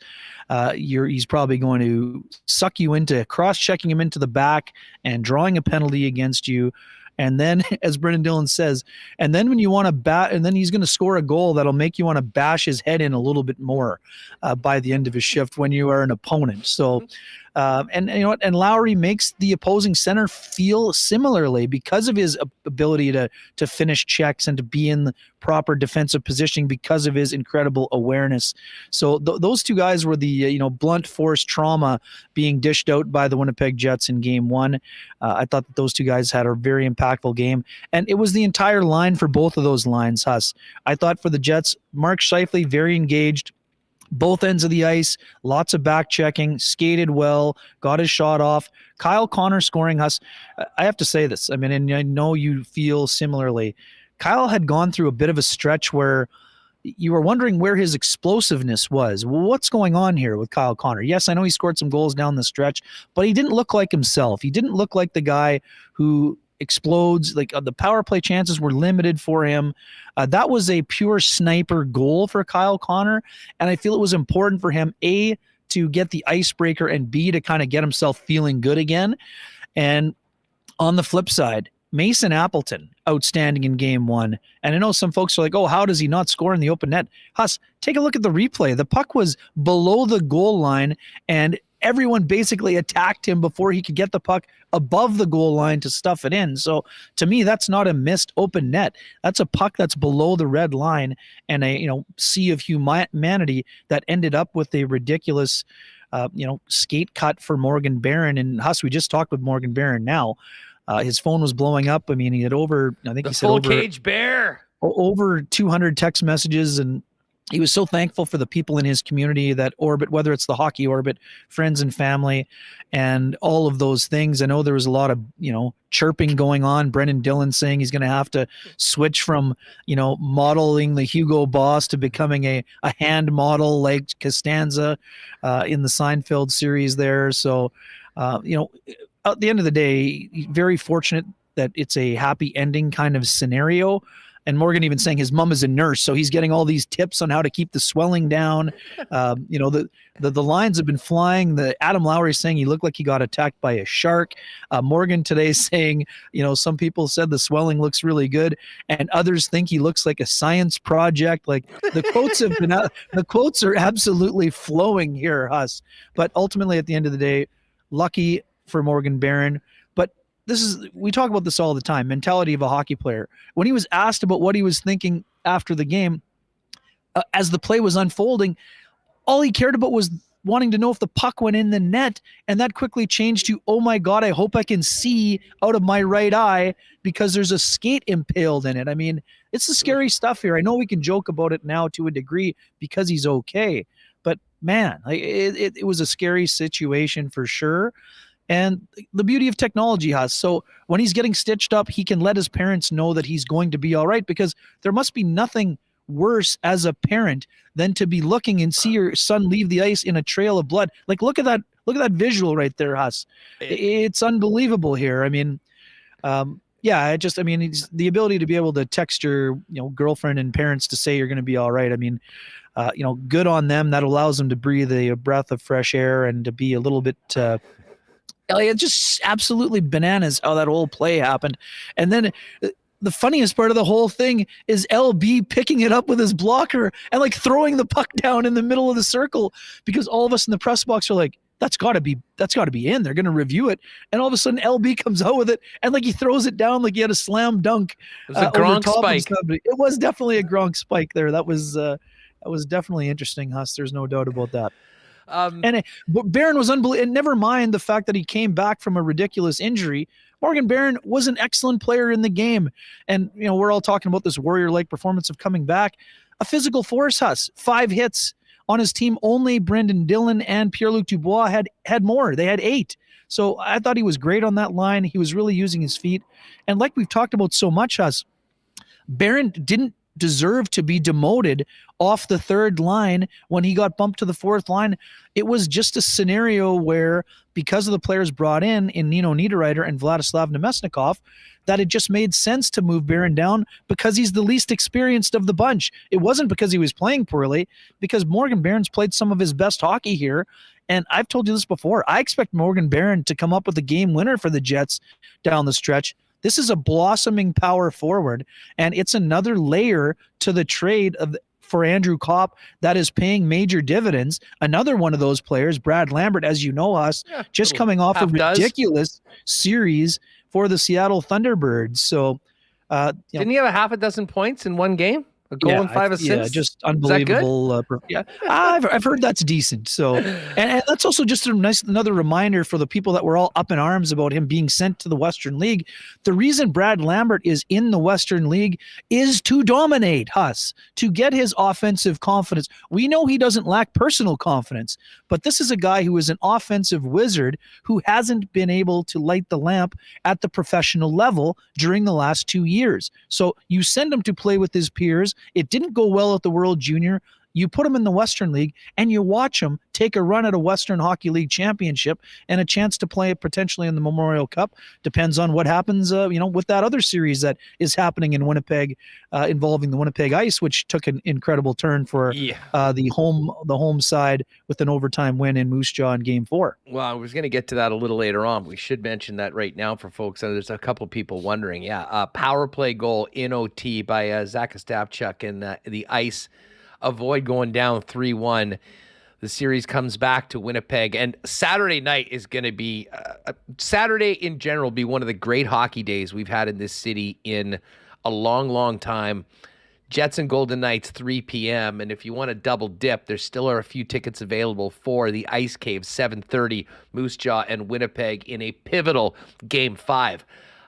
Ken, we've talked about Morgan Barron moving up. I mean, we'll get to this Ehlers situation in a minute and your thoughts on, what the latest is on him. But you mentioned Nino Niederreiter. And I mean, listen, I love Nino Niederreiter playing on that line. He does so many of the things that Barron can do as well, play physically. He's a veteran player that has been through it, scored some big goals before.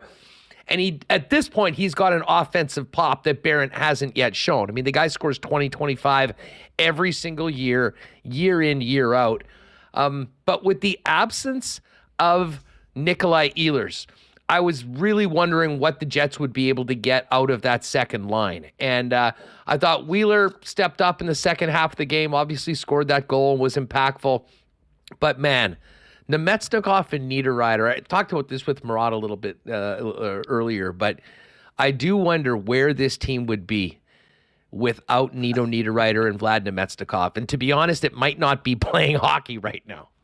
Yeah, I mean, I think that's a fair assumption. I mean, we don't like to make assumptions in our business, but I would say even just focusing on what they have brought to the table is absolutely outstanding. They brought elements that are not overly abundant among their forward group. That is accurate.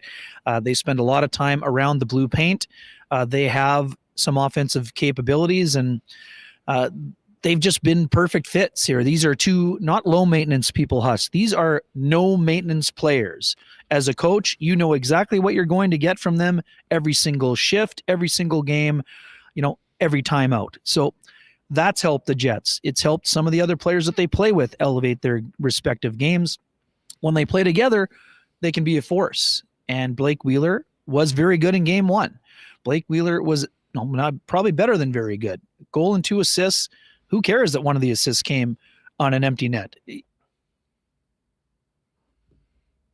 That's what they needed from him. Am I back? Yep, you're back. We can hear you. It was just a little delay on the video. Internet crash. Wheeler was excellent in the game.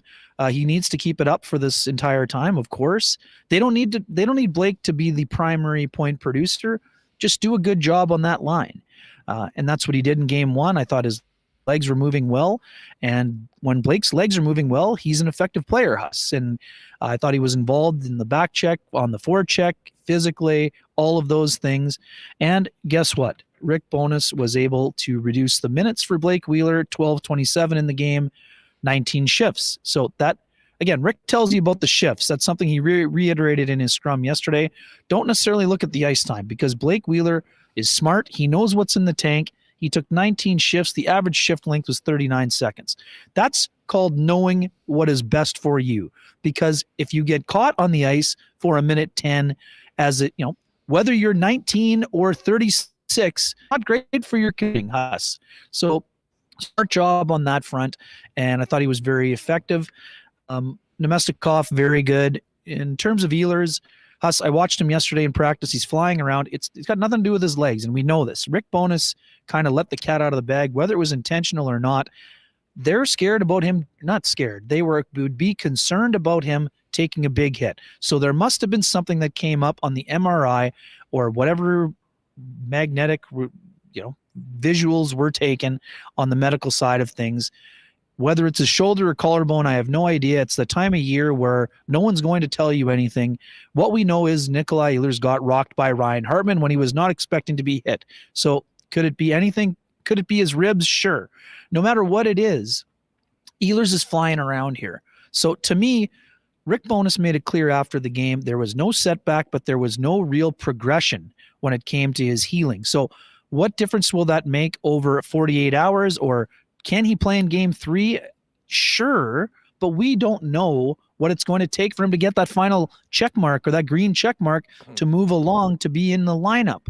I don't expect him to play today, no matter what gamesmanship Rick Bowness was using today, saying he was a game time decision.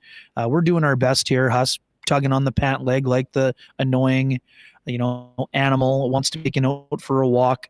Mike McIntyre followed up saying, will he be in the warm-up? Game time decision. Nice try, though. We saw him yesterday as a placeholder for Morgan Barron.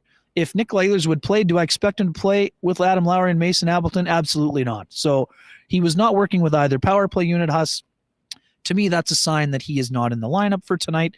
But I would have bet a significant portion in game 1. In game 2, I would not bet any anything on him being in the lineup. And for game 3, it's a total question mark because the team will travel Friday and there's no morning skate Saturday. So we're not going to know anything until about 2:30 p.m. on Saturday at the earliest about when Nikolai Ehlers may or may not be available to play. The Jets miss him, obviously. Winning game 1 gives them a little bit of breathing room. Technically, yes, but I don't think that they're not waiting because they won a game. They're waiting for him to be medically cleared fully so that he can get back to as close to 100% as possible before they insert him into the lineup.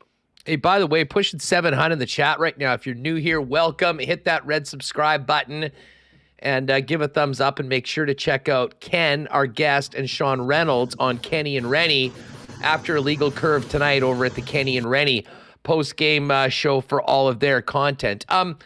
Ken, just speaking of injuries real quick, I'm interested in your perspective on this. We've seen Cole Perfetti with the team. He's skating. He's still in the non-contact jersey. What are you hearing about when he might be available? But I guess the crux of this question is, even if he was good to go right now, is there a spot in the lineup for Cole Perfetti right now for playoff hockey, the way the Jets are playing and the way currently constructed? Yeah, I mean, here's the thing with Cole. I mean, Cole is moving around pretty well, I would say. He took an accidental bump from Dylan DeMello the other day in the skate. That caused him quite a bit of discomfort. He basically didn't do anything for the remainder of the practice.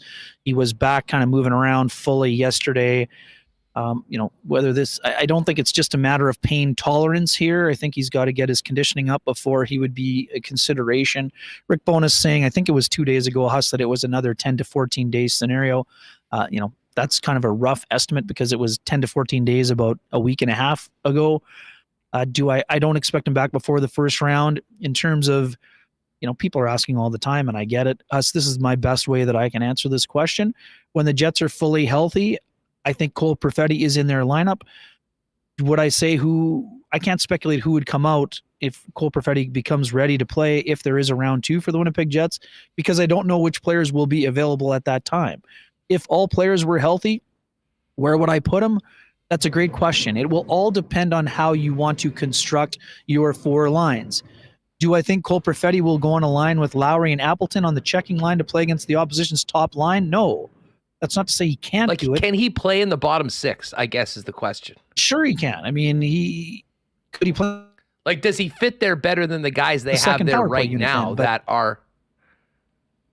Or sorry, you just cut out there for a sec there, Kenny. I was just going to say that, we know what Perfetti brings to the table, a very skilled offensive player, which is... that's where you want your guys in the top 6. There's a guy, you've added Nemetsnikov, you've added Niederreiter. I'm just not sure. When I look at it right now, I'm not sure he's a better fit for a spot in either the 3rd or the 4th line. And I'm not sure there's room in the top 6 right now, even if he was ready to go, considering what the guys are doing that are in the lineup right now. Yeah, no, Huss, I know what you're saying. All I'm saying is that the versatility within the lineup would allow you to make room depending on the circumstances, right? We already know Nino Niederreiter can play on the 3rd line. So that's an easy way to create an opportunity in the top 6. But if Ehlers is in there, now you're complicating matters. And, depending on how things evolve, how long is Scheifele staying on the wing? Is this permanent? We don't know this. Before the series could be over, maybe Nemesnikov is on the wing and, he's on the checking line. And now there's a top 6 position available there, but there's only one. So now you'd have to move Niederreiter down also. That would be your way to do it. But it all is about what Rick Bowness is valuing with his roster. I know there's been a lot of, uproar on social media about Saku Menelainen, who I thought was very good in game 1. Very physical, very engaged, did a great job on the penalty kill. So if at some point the Jets value a second power play position over a second penalty kill position, then you could see Cole Perfetti come into the lineup for someone like Menelainen or Gustafsson. Stenlund's obviously dealing with the lower body issue. Does that mean how long can he play? I don't know. Does Gustafsson move to center? I put it this way, Huss. Oh man, we got some good blasts going here. Feel the funk. Feel the funk. Oh Ken. yeah, no, it's good. I love this barn. I thought we'd get some ambient sound. I just didn't know it would be this much ambient sound. It just the biggest thing, Huss, is we don't know when the next injury will hit. So I'm not trying to punt on the question. Do I think Cole Perfetti can help the Jets? Absolutely yes. But let's not forget how much time he's missed. That's a lot of time to ask anyone, especially someone who's never played a Stanley Cup playoff game before. But, hey, this is how I look at it. In 2011, Tyler Seguin played 0 games in round 1 for the Boston Bruins. He played a considerable role before the playoffs were over. So could that be Cole Perfetti this year? Absolutely. But we don't know. Does that mean that Nathan Horton has to get, knocked out of a series against Vancouver, or does something else open up beforehand? No, it's a great question. Now, listen, with this beautiful musical backdrop, we can finish this off. Just last one for you on the way out, Ken. We focused in on what the Jets did and what they're going to try to do. What'd you hear from Vegas, and what do you expect in a Game 2 performance from the Vegas Golden Knights, who weren't too pleased with the way Game 1 went? No, that's the thing that's a little bit tough. Yeah, I spent some time around Vegas on the weekend, but because they're practicing out in Summerlin, we don't have the opportunity to see both coaches on the podium or whatever. So, I've been watching. I saw what Bruce Cassidy had to say. Vegas is going to come out of the tunnel here if we keep this up. It's going to feel like game time. Bruce thought it was a learning experience. And here's the other part about Vegas, Huss. I understand people are jazzed, and they should be. The Jets played great. But the cautionary tale, look no further than 2018. The Jets were dominant in Game 1. In 2018, they didn't sniff the rest of the series. And I'm not saying that's going to happen this time. But for those people punching their Stanley Cup final ticket based on one good game, just take a deep breath here. Vegas will be much better.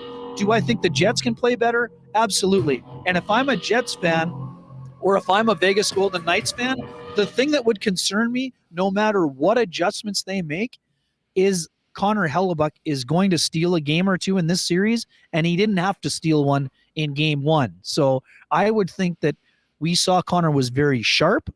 I think he'll be incredibly sharp. And the Jets kind of know in a situation like this, if they can go up 2-0, now all of a sudden there are question marks. When does Bruce Cassidy go to Jonathan Quick? Does he consider Aiden Hill? I mean, is Logan Thompson going to be skating soon? This is take nothing away from LB. I didn't think he let in any bad goals in Game 1. Could you say the Wheeler goal wasn't great? There were huge bodies in front of him. I don't blame him at all for that goal. The 2 shots by Connor and Dubois are bar down. Boursois was fine, but people sometimes get nervous when they go down 0-2. So for me, this is a big opportunity for the Jets. Do I expect Vegas to be better? Yes. For Vegas to be better, they'll have to be disruptive on the forecheck, and they'll have to get their offensive game going. They'll need sustained offensive zone time, and I think they'll need their second wave of defensemen to get involved in the rush. For the Jets, very similar game plan, but they're going to have to be a little bit more intense. Rick Bowness has said it the last couple of games. Josh Morrissey said it too. Each game in a playoff series gets harder to win in that race to 4, so the Jets will have to find another level here this evening as well. Kenny, great stuff. You battled through it like Morgan Barron. What a performance. Listen, really enjoyed the post game, as I think any Jet fan would have after a Tuesday night. It was banging in there. I know you guys will be doing a little K&R after dark tonight, so we'll look forward to that, and look forward to seeing you back in the Peg for what should be an electric atmosphere Saturday afternoon, regardless of what happens tonight. But tell you what, wouldn't mind to see a team up 2-0 coming back to Winnipeg. But 9 o'clock puck drop tonight. You'll have to wait a couple hours. Enjoy Sin City. You're missing out on 20 centimeters of snow. Nobody cares, though. Nobody cares after that Game 1 win. It's all good. We'll see you back here. Thanks for doing this, and looking forward to checking out tonight's show after the final buzzer. Right on, Huss. Thanks for having me. As you know, the engagement levels have been incredible with all of our shows in the last stretch here. We thank you, fans and folks, listeners, for that. It's just been a real treat to be involved, to have this engagement, and for the communities we're creating. We thank you very much. And Huss, as always, I love chatting with you. Love chopping it up, and look forward to the remainder of this series and see where it takes everything. You got it. And of course, check out all of Ken's work at sportsnet.ca as well, banging out story after story on this series in the Winnipeg Jets. Have a good one. Say hi to Ren. We'll talk to you soon, pal. Right on, Huss. Have a great day, my man. Thanks again for having me. Link to Cheers. Kenny and Rennie's in the description of this video right now. So if you haven't subscribed already, jump on that and check out the fellas after Illegal Curve a little bit later on today. All right. Hey, actually, after the show, if you're in the neighborhood, pop down and join us at Consolidated Supply. They're doing their big grand opening today. Didn't get particularly great weather for it as we get ready for golf season, but they're going to have some refreshments, food trucks there, some raffle prizes. Going to be heading down there to 1395 Niagara Road East after the show. So if you want to come by and say hi to the fellas and us, we'll look forward to seeing you there. Of course, Consolidated Supply is the leaders in irrigation systems, artificial turf, new and used golf carts as the exclusive club car dealer in Manitoba, and also have other great options for your property, including hot tubs and amazing outdoor kitchen options and small engine parts and repair. Come down and see them at the showroom today. 2 to 8 p.m. is the grand opening. It's open to the public. All are welcome. 1395 Niagara Road East. And you can find out more on Consolidated Supply online at cte.ca. A huge thanks to our great sponsors over at Princess Auto. Had a great week in Toronto at the Princess Auto Players Championship. Talking to my friends at Princess Auto, very excited for what they've got going on for Bomber season coming up, including, of course, the Princess Auto tailgate zone before all games. Princess Auto is where you'll find the best deals on the most unique assortment of tools and equipment around. Everything you need to complete the projects on your list or start something new is at Princess Auto. 2 Winnipeg locations, Panet Road, Portage Avenue West.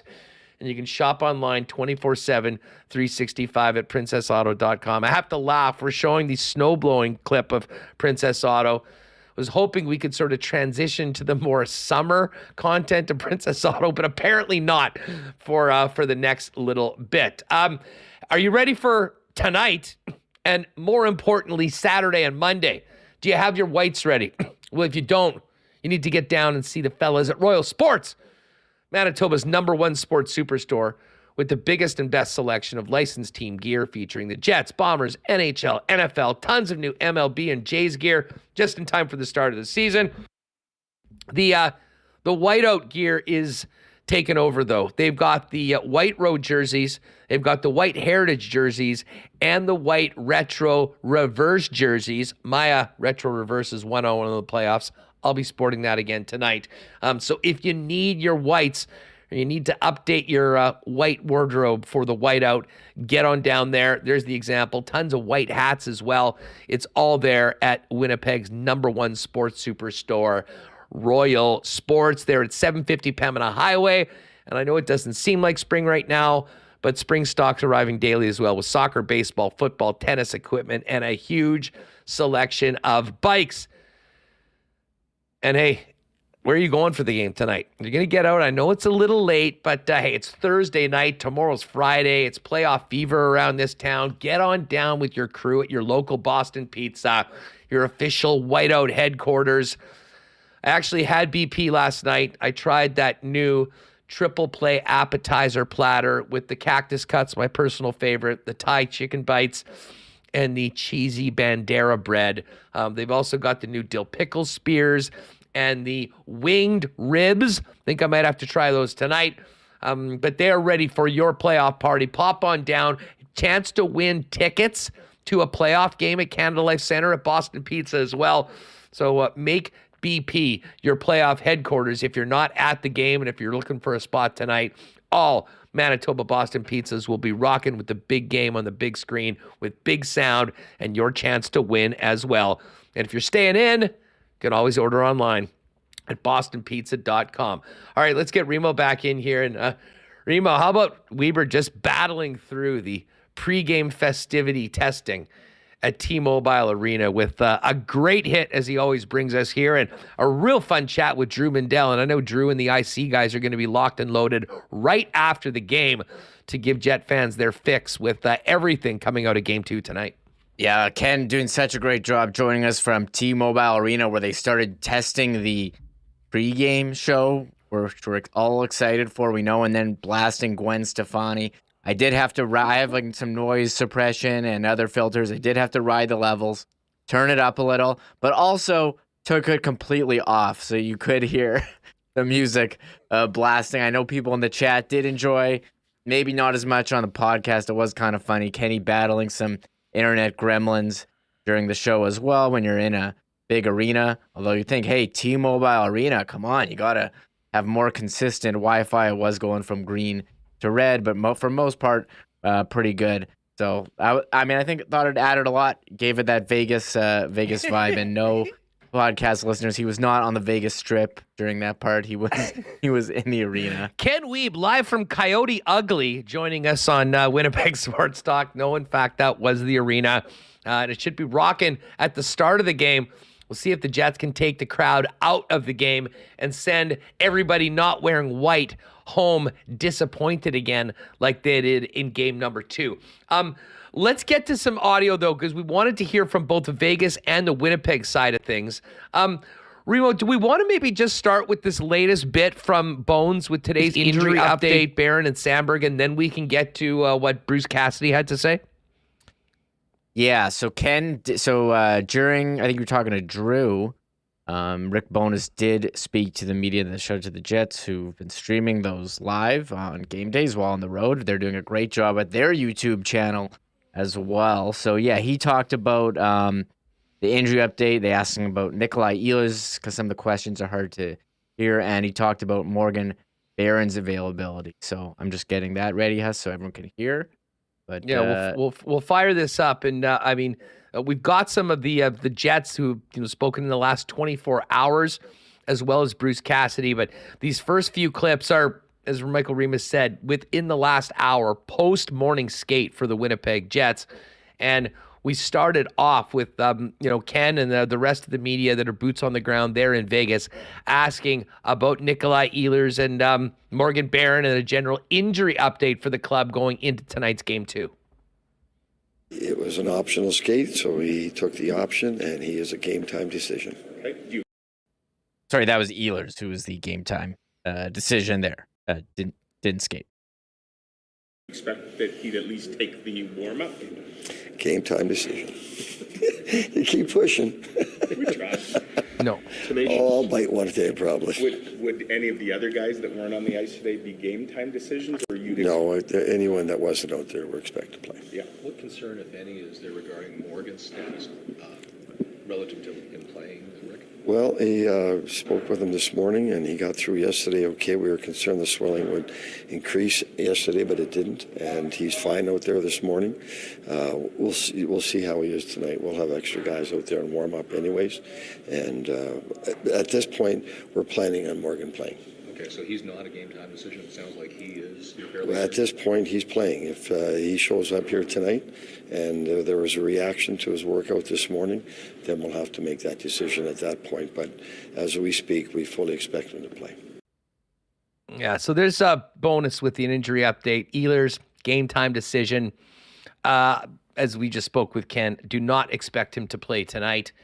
But I also expect Morgan Barron, the full cage bear, to be out there channeling a little bit of his career over at Cornell in the NCAA, wearing the full bucket with the full cage and doing what he can do alongside Adam Lowry, back on that Lowry line. And, I think we knew that he would be bringing it for the playoffs, but I think, taking advantage of the absence of Ehlers, getting a chance to play back with Appleton and Lowry, who he played with so much this season, certainly made the most of it and did everything he could to get back into the lineup after 75 plus stitches in his head after the incident in the first period. Bones talked a little bit more about Morgan Barron and what had happened and what he brings to the club. Talk about all in, man. That's all in. When you're laying there for that long to get stitched up like that, and you come back out with a cage on, and you don't even hesitate to get back on the ice, and you don't even hesitate to go through and run over somebody, which he did in the corner on his first shift, man. That's all in. And we showed a clip this morning of him when he played in Cornell, and they wore those cages in college, right? So anyway, he's used to the cage. I don't think anyone's used to playing with what he the cut that he received the other night. So, we take a lot of pride. Athletes take a lot of pride in their ability to overcome injuries. Hockey players are really good at that. And you see guys freezing hands and ankles and elbows and everything else just to play in the playoffs. And Morgan was completely intent. He missed as many shifts as he wanted to miss, so I give him full marks. But that ranks near the top. All right, so there is Morgan Barron's status, and just a little bit more on Barron from Rick Bowness. And we'll get to the Coolbet lines in a minute, but just as Rick Bowness was speaking there, I pulled this up. I'm kind of with Ken. I think Morgan Barron's going to score one of these days. I don't necessarily need to be the game winner, but I am looking at Morgan Barron at plus 640 tonight for a goal. Might be worth a little sprinkle if you like to participate that way. One more from Bones coming out of the morning skate today, and it's a topic we've talked about. Murata Tesh singled out Dylan Slamberg after his performance in Game 1 in his playoff debut, and Bonus expanded a little bit more on the poise he saw from Slamberg in his playoff debut Tuesday night. As you all know, the defense, playing in this league as a defenseman, you have a lot to learn. So there was a couple of games he made some mistakes, and you give him a break, and then you throw him right back in. And they're playing. You've got to continue to. Scotty's done a great job with them, and you got to continue to show confidence in them. They're going to make mistakes, and if you penalize every mistake they make, they're not going to grow. You've got to encourage them to keep playing, and if they make mistakes, but then you have to keep playing them to show the confidence in them, and that helps them grow. There's going to be pushback from Vegas tonight. What do you prioritize? We know they're going to be far more aggressive on their forecheck. So we spoke about that this morning. It's about us getting in their way and slowing them up a little bit and not overhandling the puck. Get the thing moving. Don't stop in the corner. Don't stop behind the net. Let's just keep the puck moving. But in order to do that, you need everyone back to help so he can make those quick, easy plays. But we don't want to expend any unnecessary time in our zone. All right, so there's Bones on Slamberg. What a game he had. Reem, one play that we talked a lot about his ability to get the puck out and just the poise that he played with. But there was one play, and I can't remember whether this was in the second period or the third period, but the game was still close. And I'm not sure what had happened, how the puck got behind him, but if you recall, he went all out, hit his stick forward, didn't take a penalty, and managed to get the puck off of the puck carrier to stop what would have been a scoring chance for the Vegas Golden Knights. And it was just a perfect example of a young man doing everything he can to help his team win a hockey game. And as we've heard from the chat and we've heard from the media there, hard to be more impressed with what Dylan was able to do in his first playoff game for the Winnipeg Jets. Okay, when he came in on the plane, the Jets posted the video where he shaved a mullet. I knew this guy was playoff ready. Nothing was going to stop him. And he had an excellent playoff debut. And as you said, he's a tall guy, got that long reach, definitely used it on that play. So, look, if you want to play well in the playoffs, you got to shave your hair in a crazy mullet or grow a beard. I think it just adds more.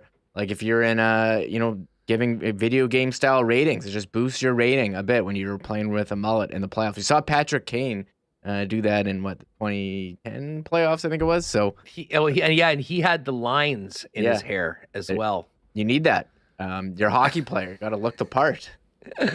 We'll hear from some of the more Jets in a minute, but I do want to get to Bruce Cassidy because while all of us here on Winnipeg Sports Talk and in the chat and on social media have been pretty fired up and really ecstatic with the way game number 1 went. It's a very different story in Las Vegas for a team that was favored, was playing at home, and started off the playoffs with a thud. Now, it's just one game of best of 7, and there's a lot of hockey left to be played. But Bruce Cassidy talked about the game and basically led off with what his team needs to do to bounce back from a performance that I don't think anyone in that room liked. Well, we got to get to our game.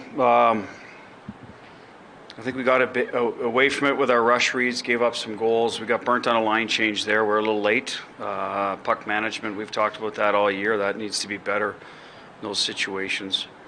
So take care of that part of it to get back to where we are, and then not the adjustment, but against Winnipeg, you got to get inside, get some opportunities there.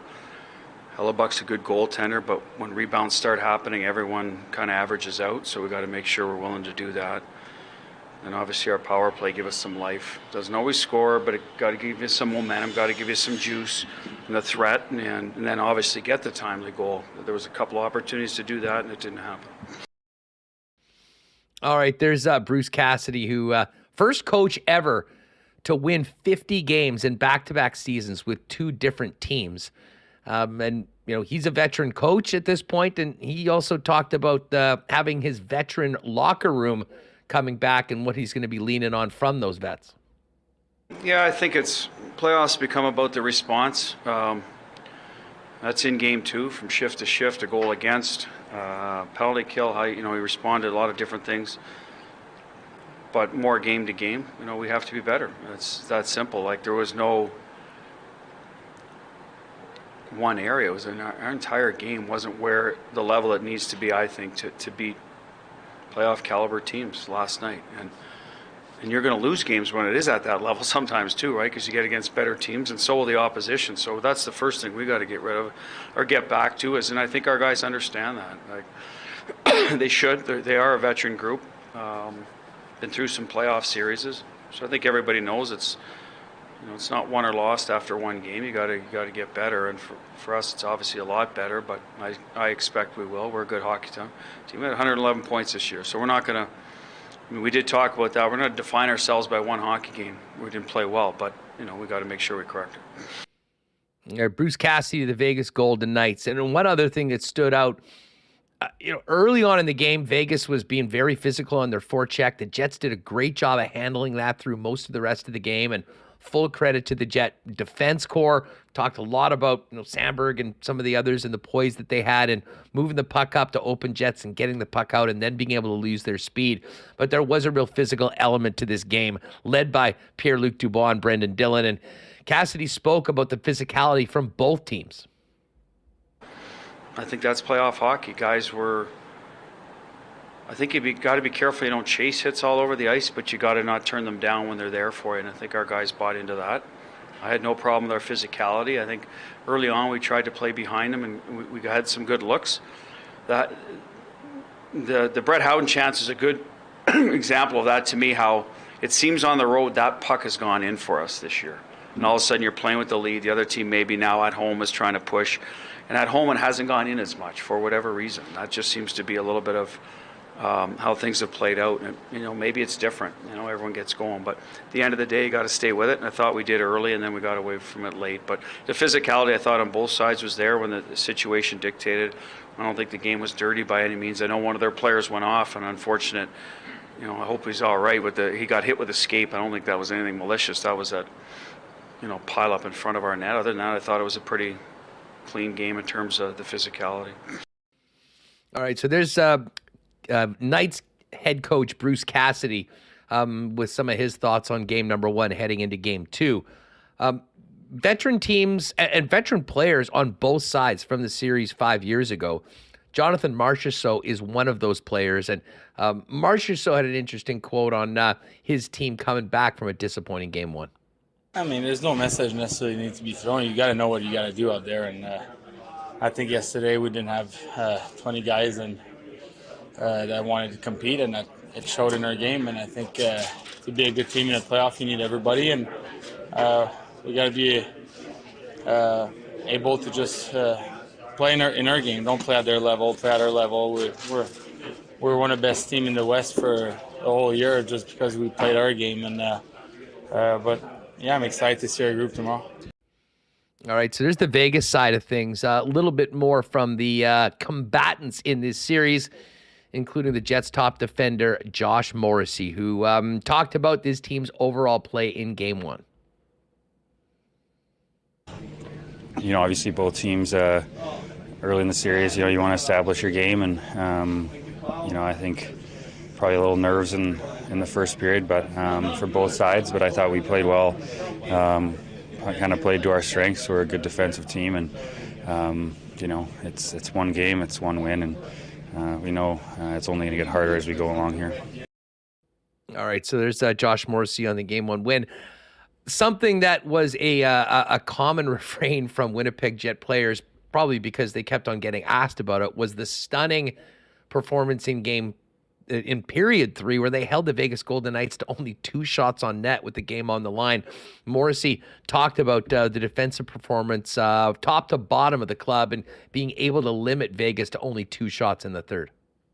I think we managed the puck really well. We committed to coming back hard as a group of 5. Our breakouts were pretty good, and we ended plays pretty fast in our own end. We didn't give them a ton of zone time, so we played well and we did a lot of good things. But as I said, we know that they're going to come back with a big push tomorrow, and certainly have a lot of respect for the type of team they have over there. So we're going to have to be even better at the things that we did well in Game 1. All right, Josh Morrissey speaking, and we've heard that from a number of players. It was great to start off the way they did, but they know that Vegas is going to be a better team, and they're going to need to be better to handle that challenge tonight. A lot of talk about Dylan Samberg, and the performance that he had. Dylan DeMello was asked about the young Jet defenseman's debut in the playoffs and how he acquitted himself on Tuesday night. He played great. Just telling him, just treat it like another game, and he's got such a great skill set and moves so well. So when he kind of trusts his feet and relies on that, I think for him, everything else just kind of comes into place. He played with a lot of poise and made a lot of great plays. Great breakout pass with about 6 minutes left, threw some sauce through the middle that was a little risky on the bench, but went through it. And you know what? He's such a great kid. He's done a lot here to really improve his game and work at his craft. So happy to see him help us out. All right, so there's Dylan DeMello speaking about Dylan Samberg on his playoff debut. Another Dylan, there's Dylan Samberg, Dylan DeMello, and Brendan Dillon, who was a physical presence along with Pierre-Luc Dubois in game number 1. Brendan Dillon talked about where Tuesday night ranks on the season for defensive performances for the club. We say the best one of the year, I think. We really, top to bottom, 12 forward, 60. We were really engaged in playing the right way, and we saw the benefits of it. We were still able to get some offense and create that way too. But first and foremost, we took away the middle of the ice, which was big. What was the key to being able to do that?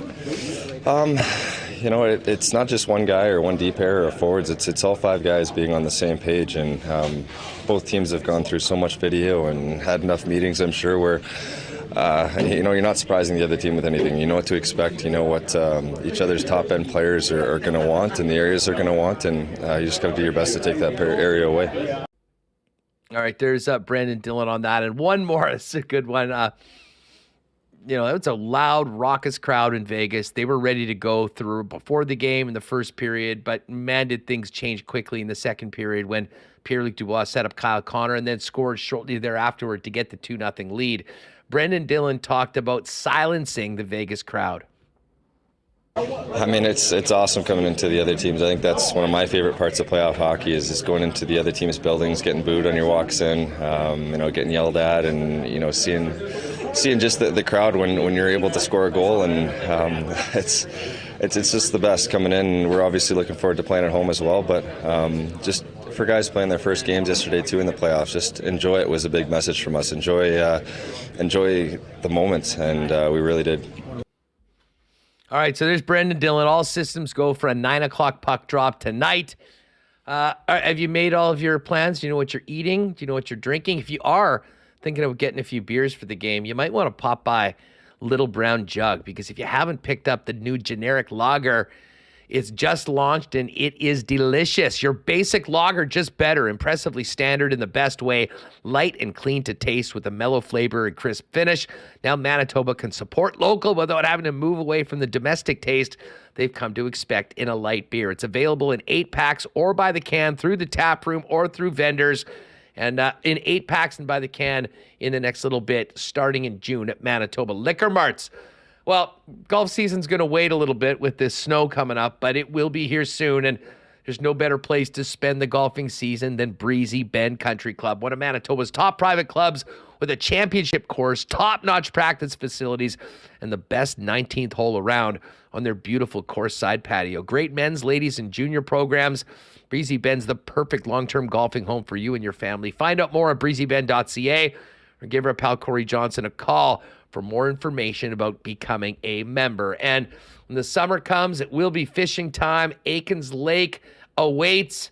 My favorite few days of the summer is heading out to Aikens in what can only be described as absolute paradise. A perfect getaway for Manitoba businesses as well. If you're thinking about a company retreat or maybe a special customer excursion, no one will take better care of you than our friends out at Aikens Lake. Find out more online at aikenslake.ca. And if you're a university student looking for an incredible summer job, they're still looking for a few guides and servers to round out the Aikens team for this year. So you can fire a resume to pitt@aikenslake.com and find out more about that. Trust me, you will not regret it if you're spending the summer out at Aikens. All right, we're going to get down to Consolidated Supply at 1395 Niagara Road East coming up. Should be there in about an hour or so for people that are popping by. But Remis, before we finish up this program, let's take a look at the Coolbet Lines for tonight. 4 big games in the Stanley Cup Playoffs, starting off with the Lightning and the Leafs. Lightning, a plus 141 underdog. Leafs minus 167. I asked Drew Mindell this. What are you thinking about this game tonight? All right, my headphones unplugged. Were you talking to me?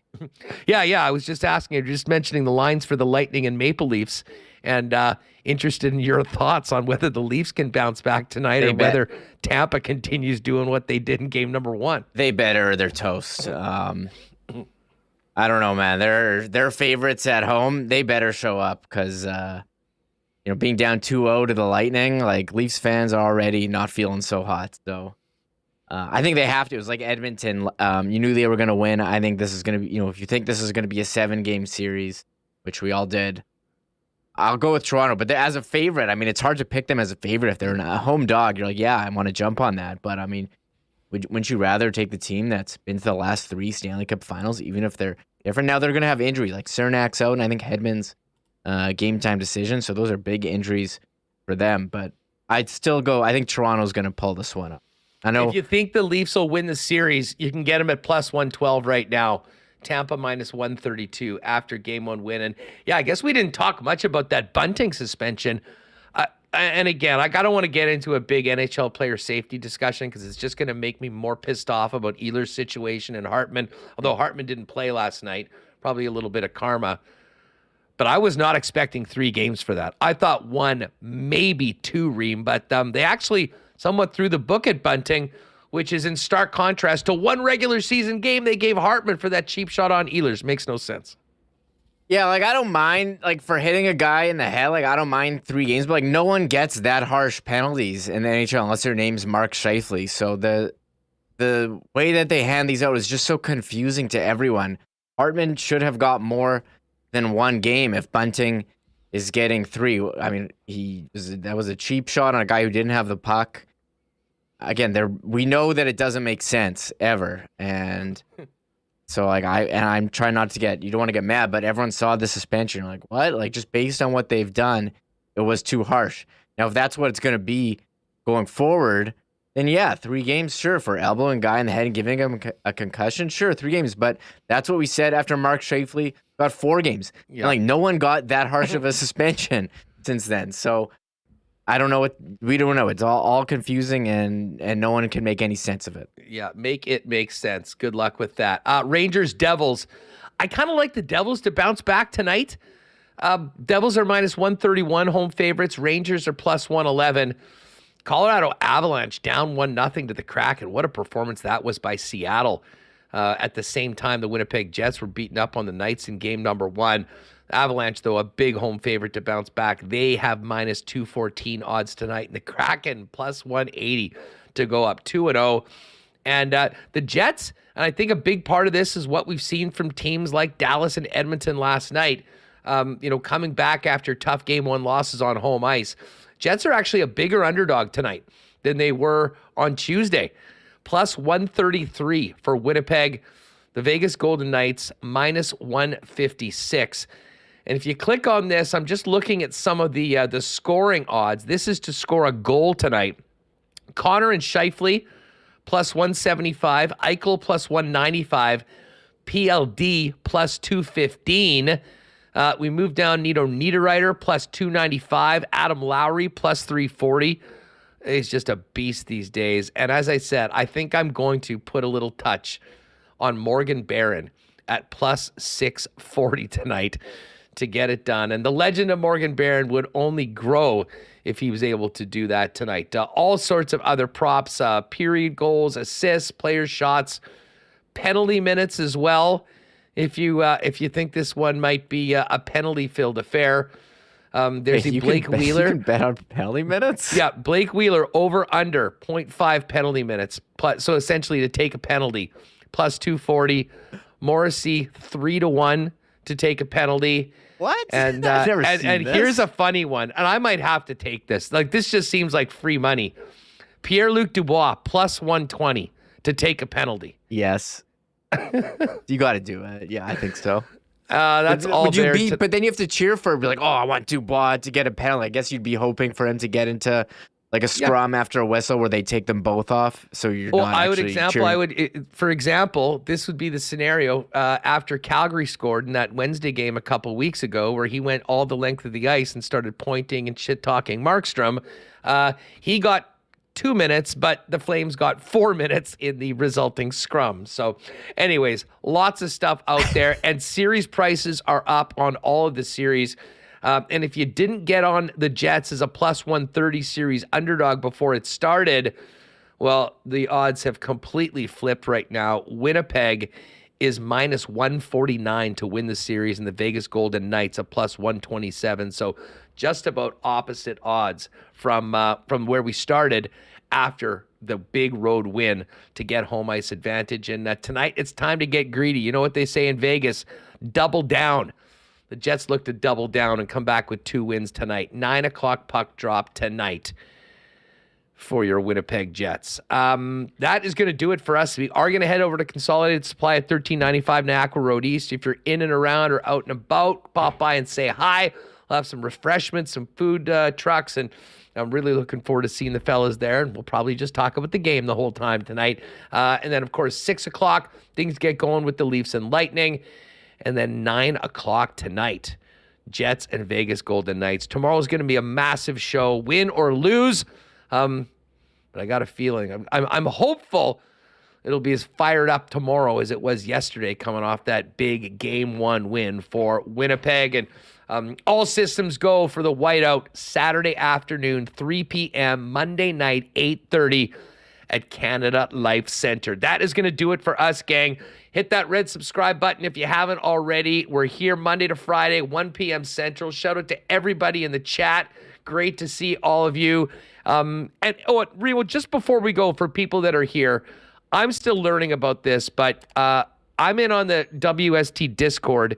And Remo, why don't you just give a quick plug for that for people that might not be sure about it? Because a lot of WSTers post-show, during games, are gathering in the Winnipeg Sports Talk Discord to have their takes and have some fun with other Jet fans while the teams are playing or outside of our showtime in the WST YouTube chat. Yeah, it's kind of crazy. Discord is just like a chat platform that's popping up a number of, popular YouTubers. They start these communities that are on the live stream, but you know what happens when we're not on the live stream? And we said, hey, come to our Discord server where people can chat, and there's channels for each local sports team and league, and there's people there, just who are normally in the live stream, but also right now talking off stream while we're not streaming in the Discord server. So, people are talking about the Jets, NHL playoffs, whatever we got. There's a food channel, so the link to it is in the description. I'll pop it in. People want more hot dog reviews from you, but if you're looking to engage more with other people who have similar interests, like Winnipeg sports, hop in there, say hello. We got already 100 people in there chatting, so trying to take this thing here to the next level and have some have some fun. So how do people, if they haven't been before, they don't understand about it, I guess you have to download the Discord app, either you can for go, your phone or your computer? There's an app on your phone or your desktop, or you can just go to the link. You don't even need to download anything, but I'll put it in. You can use a web browser as well. Perfect. So there you go, folks. If you want to keep on the WST chat with the rest of your crew from Winnipeg Sports Talk, it's there for you at the Winnipeg Sports Talk Discord.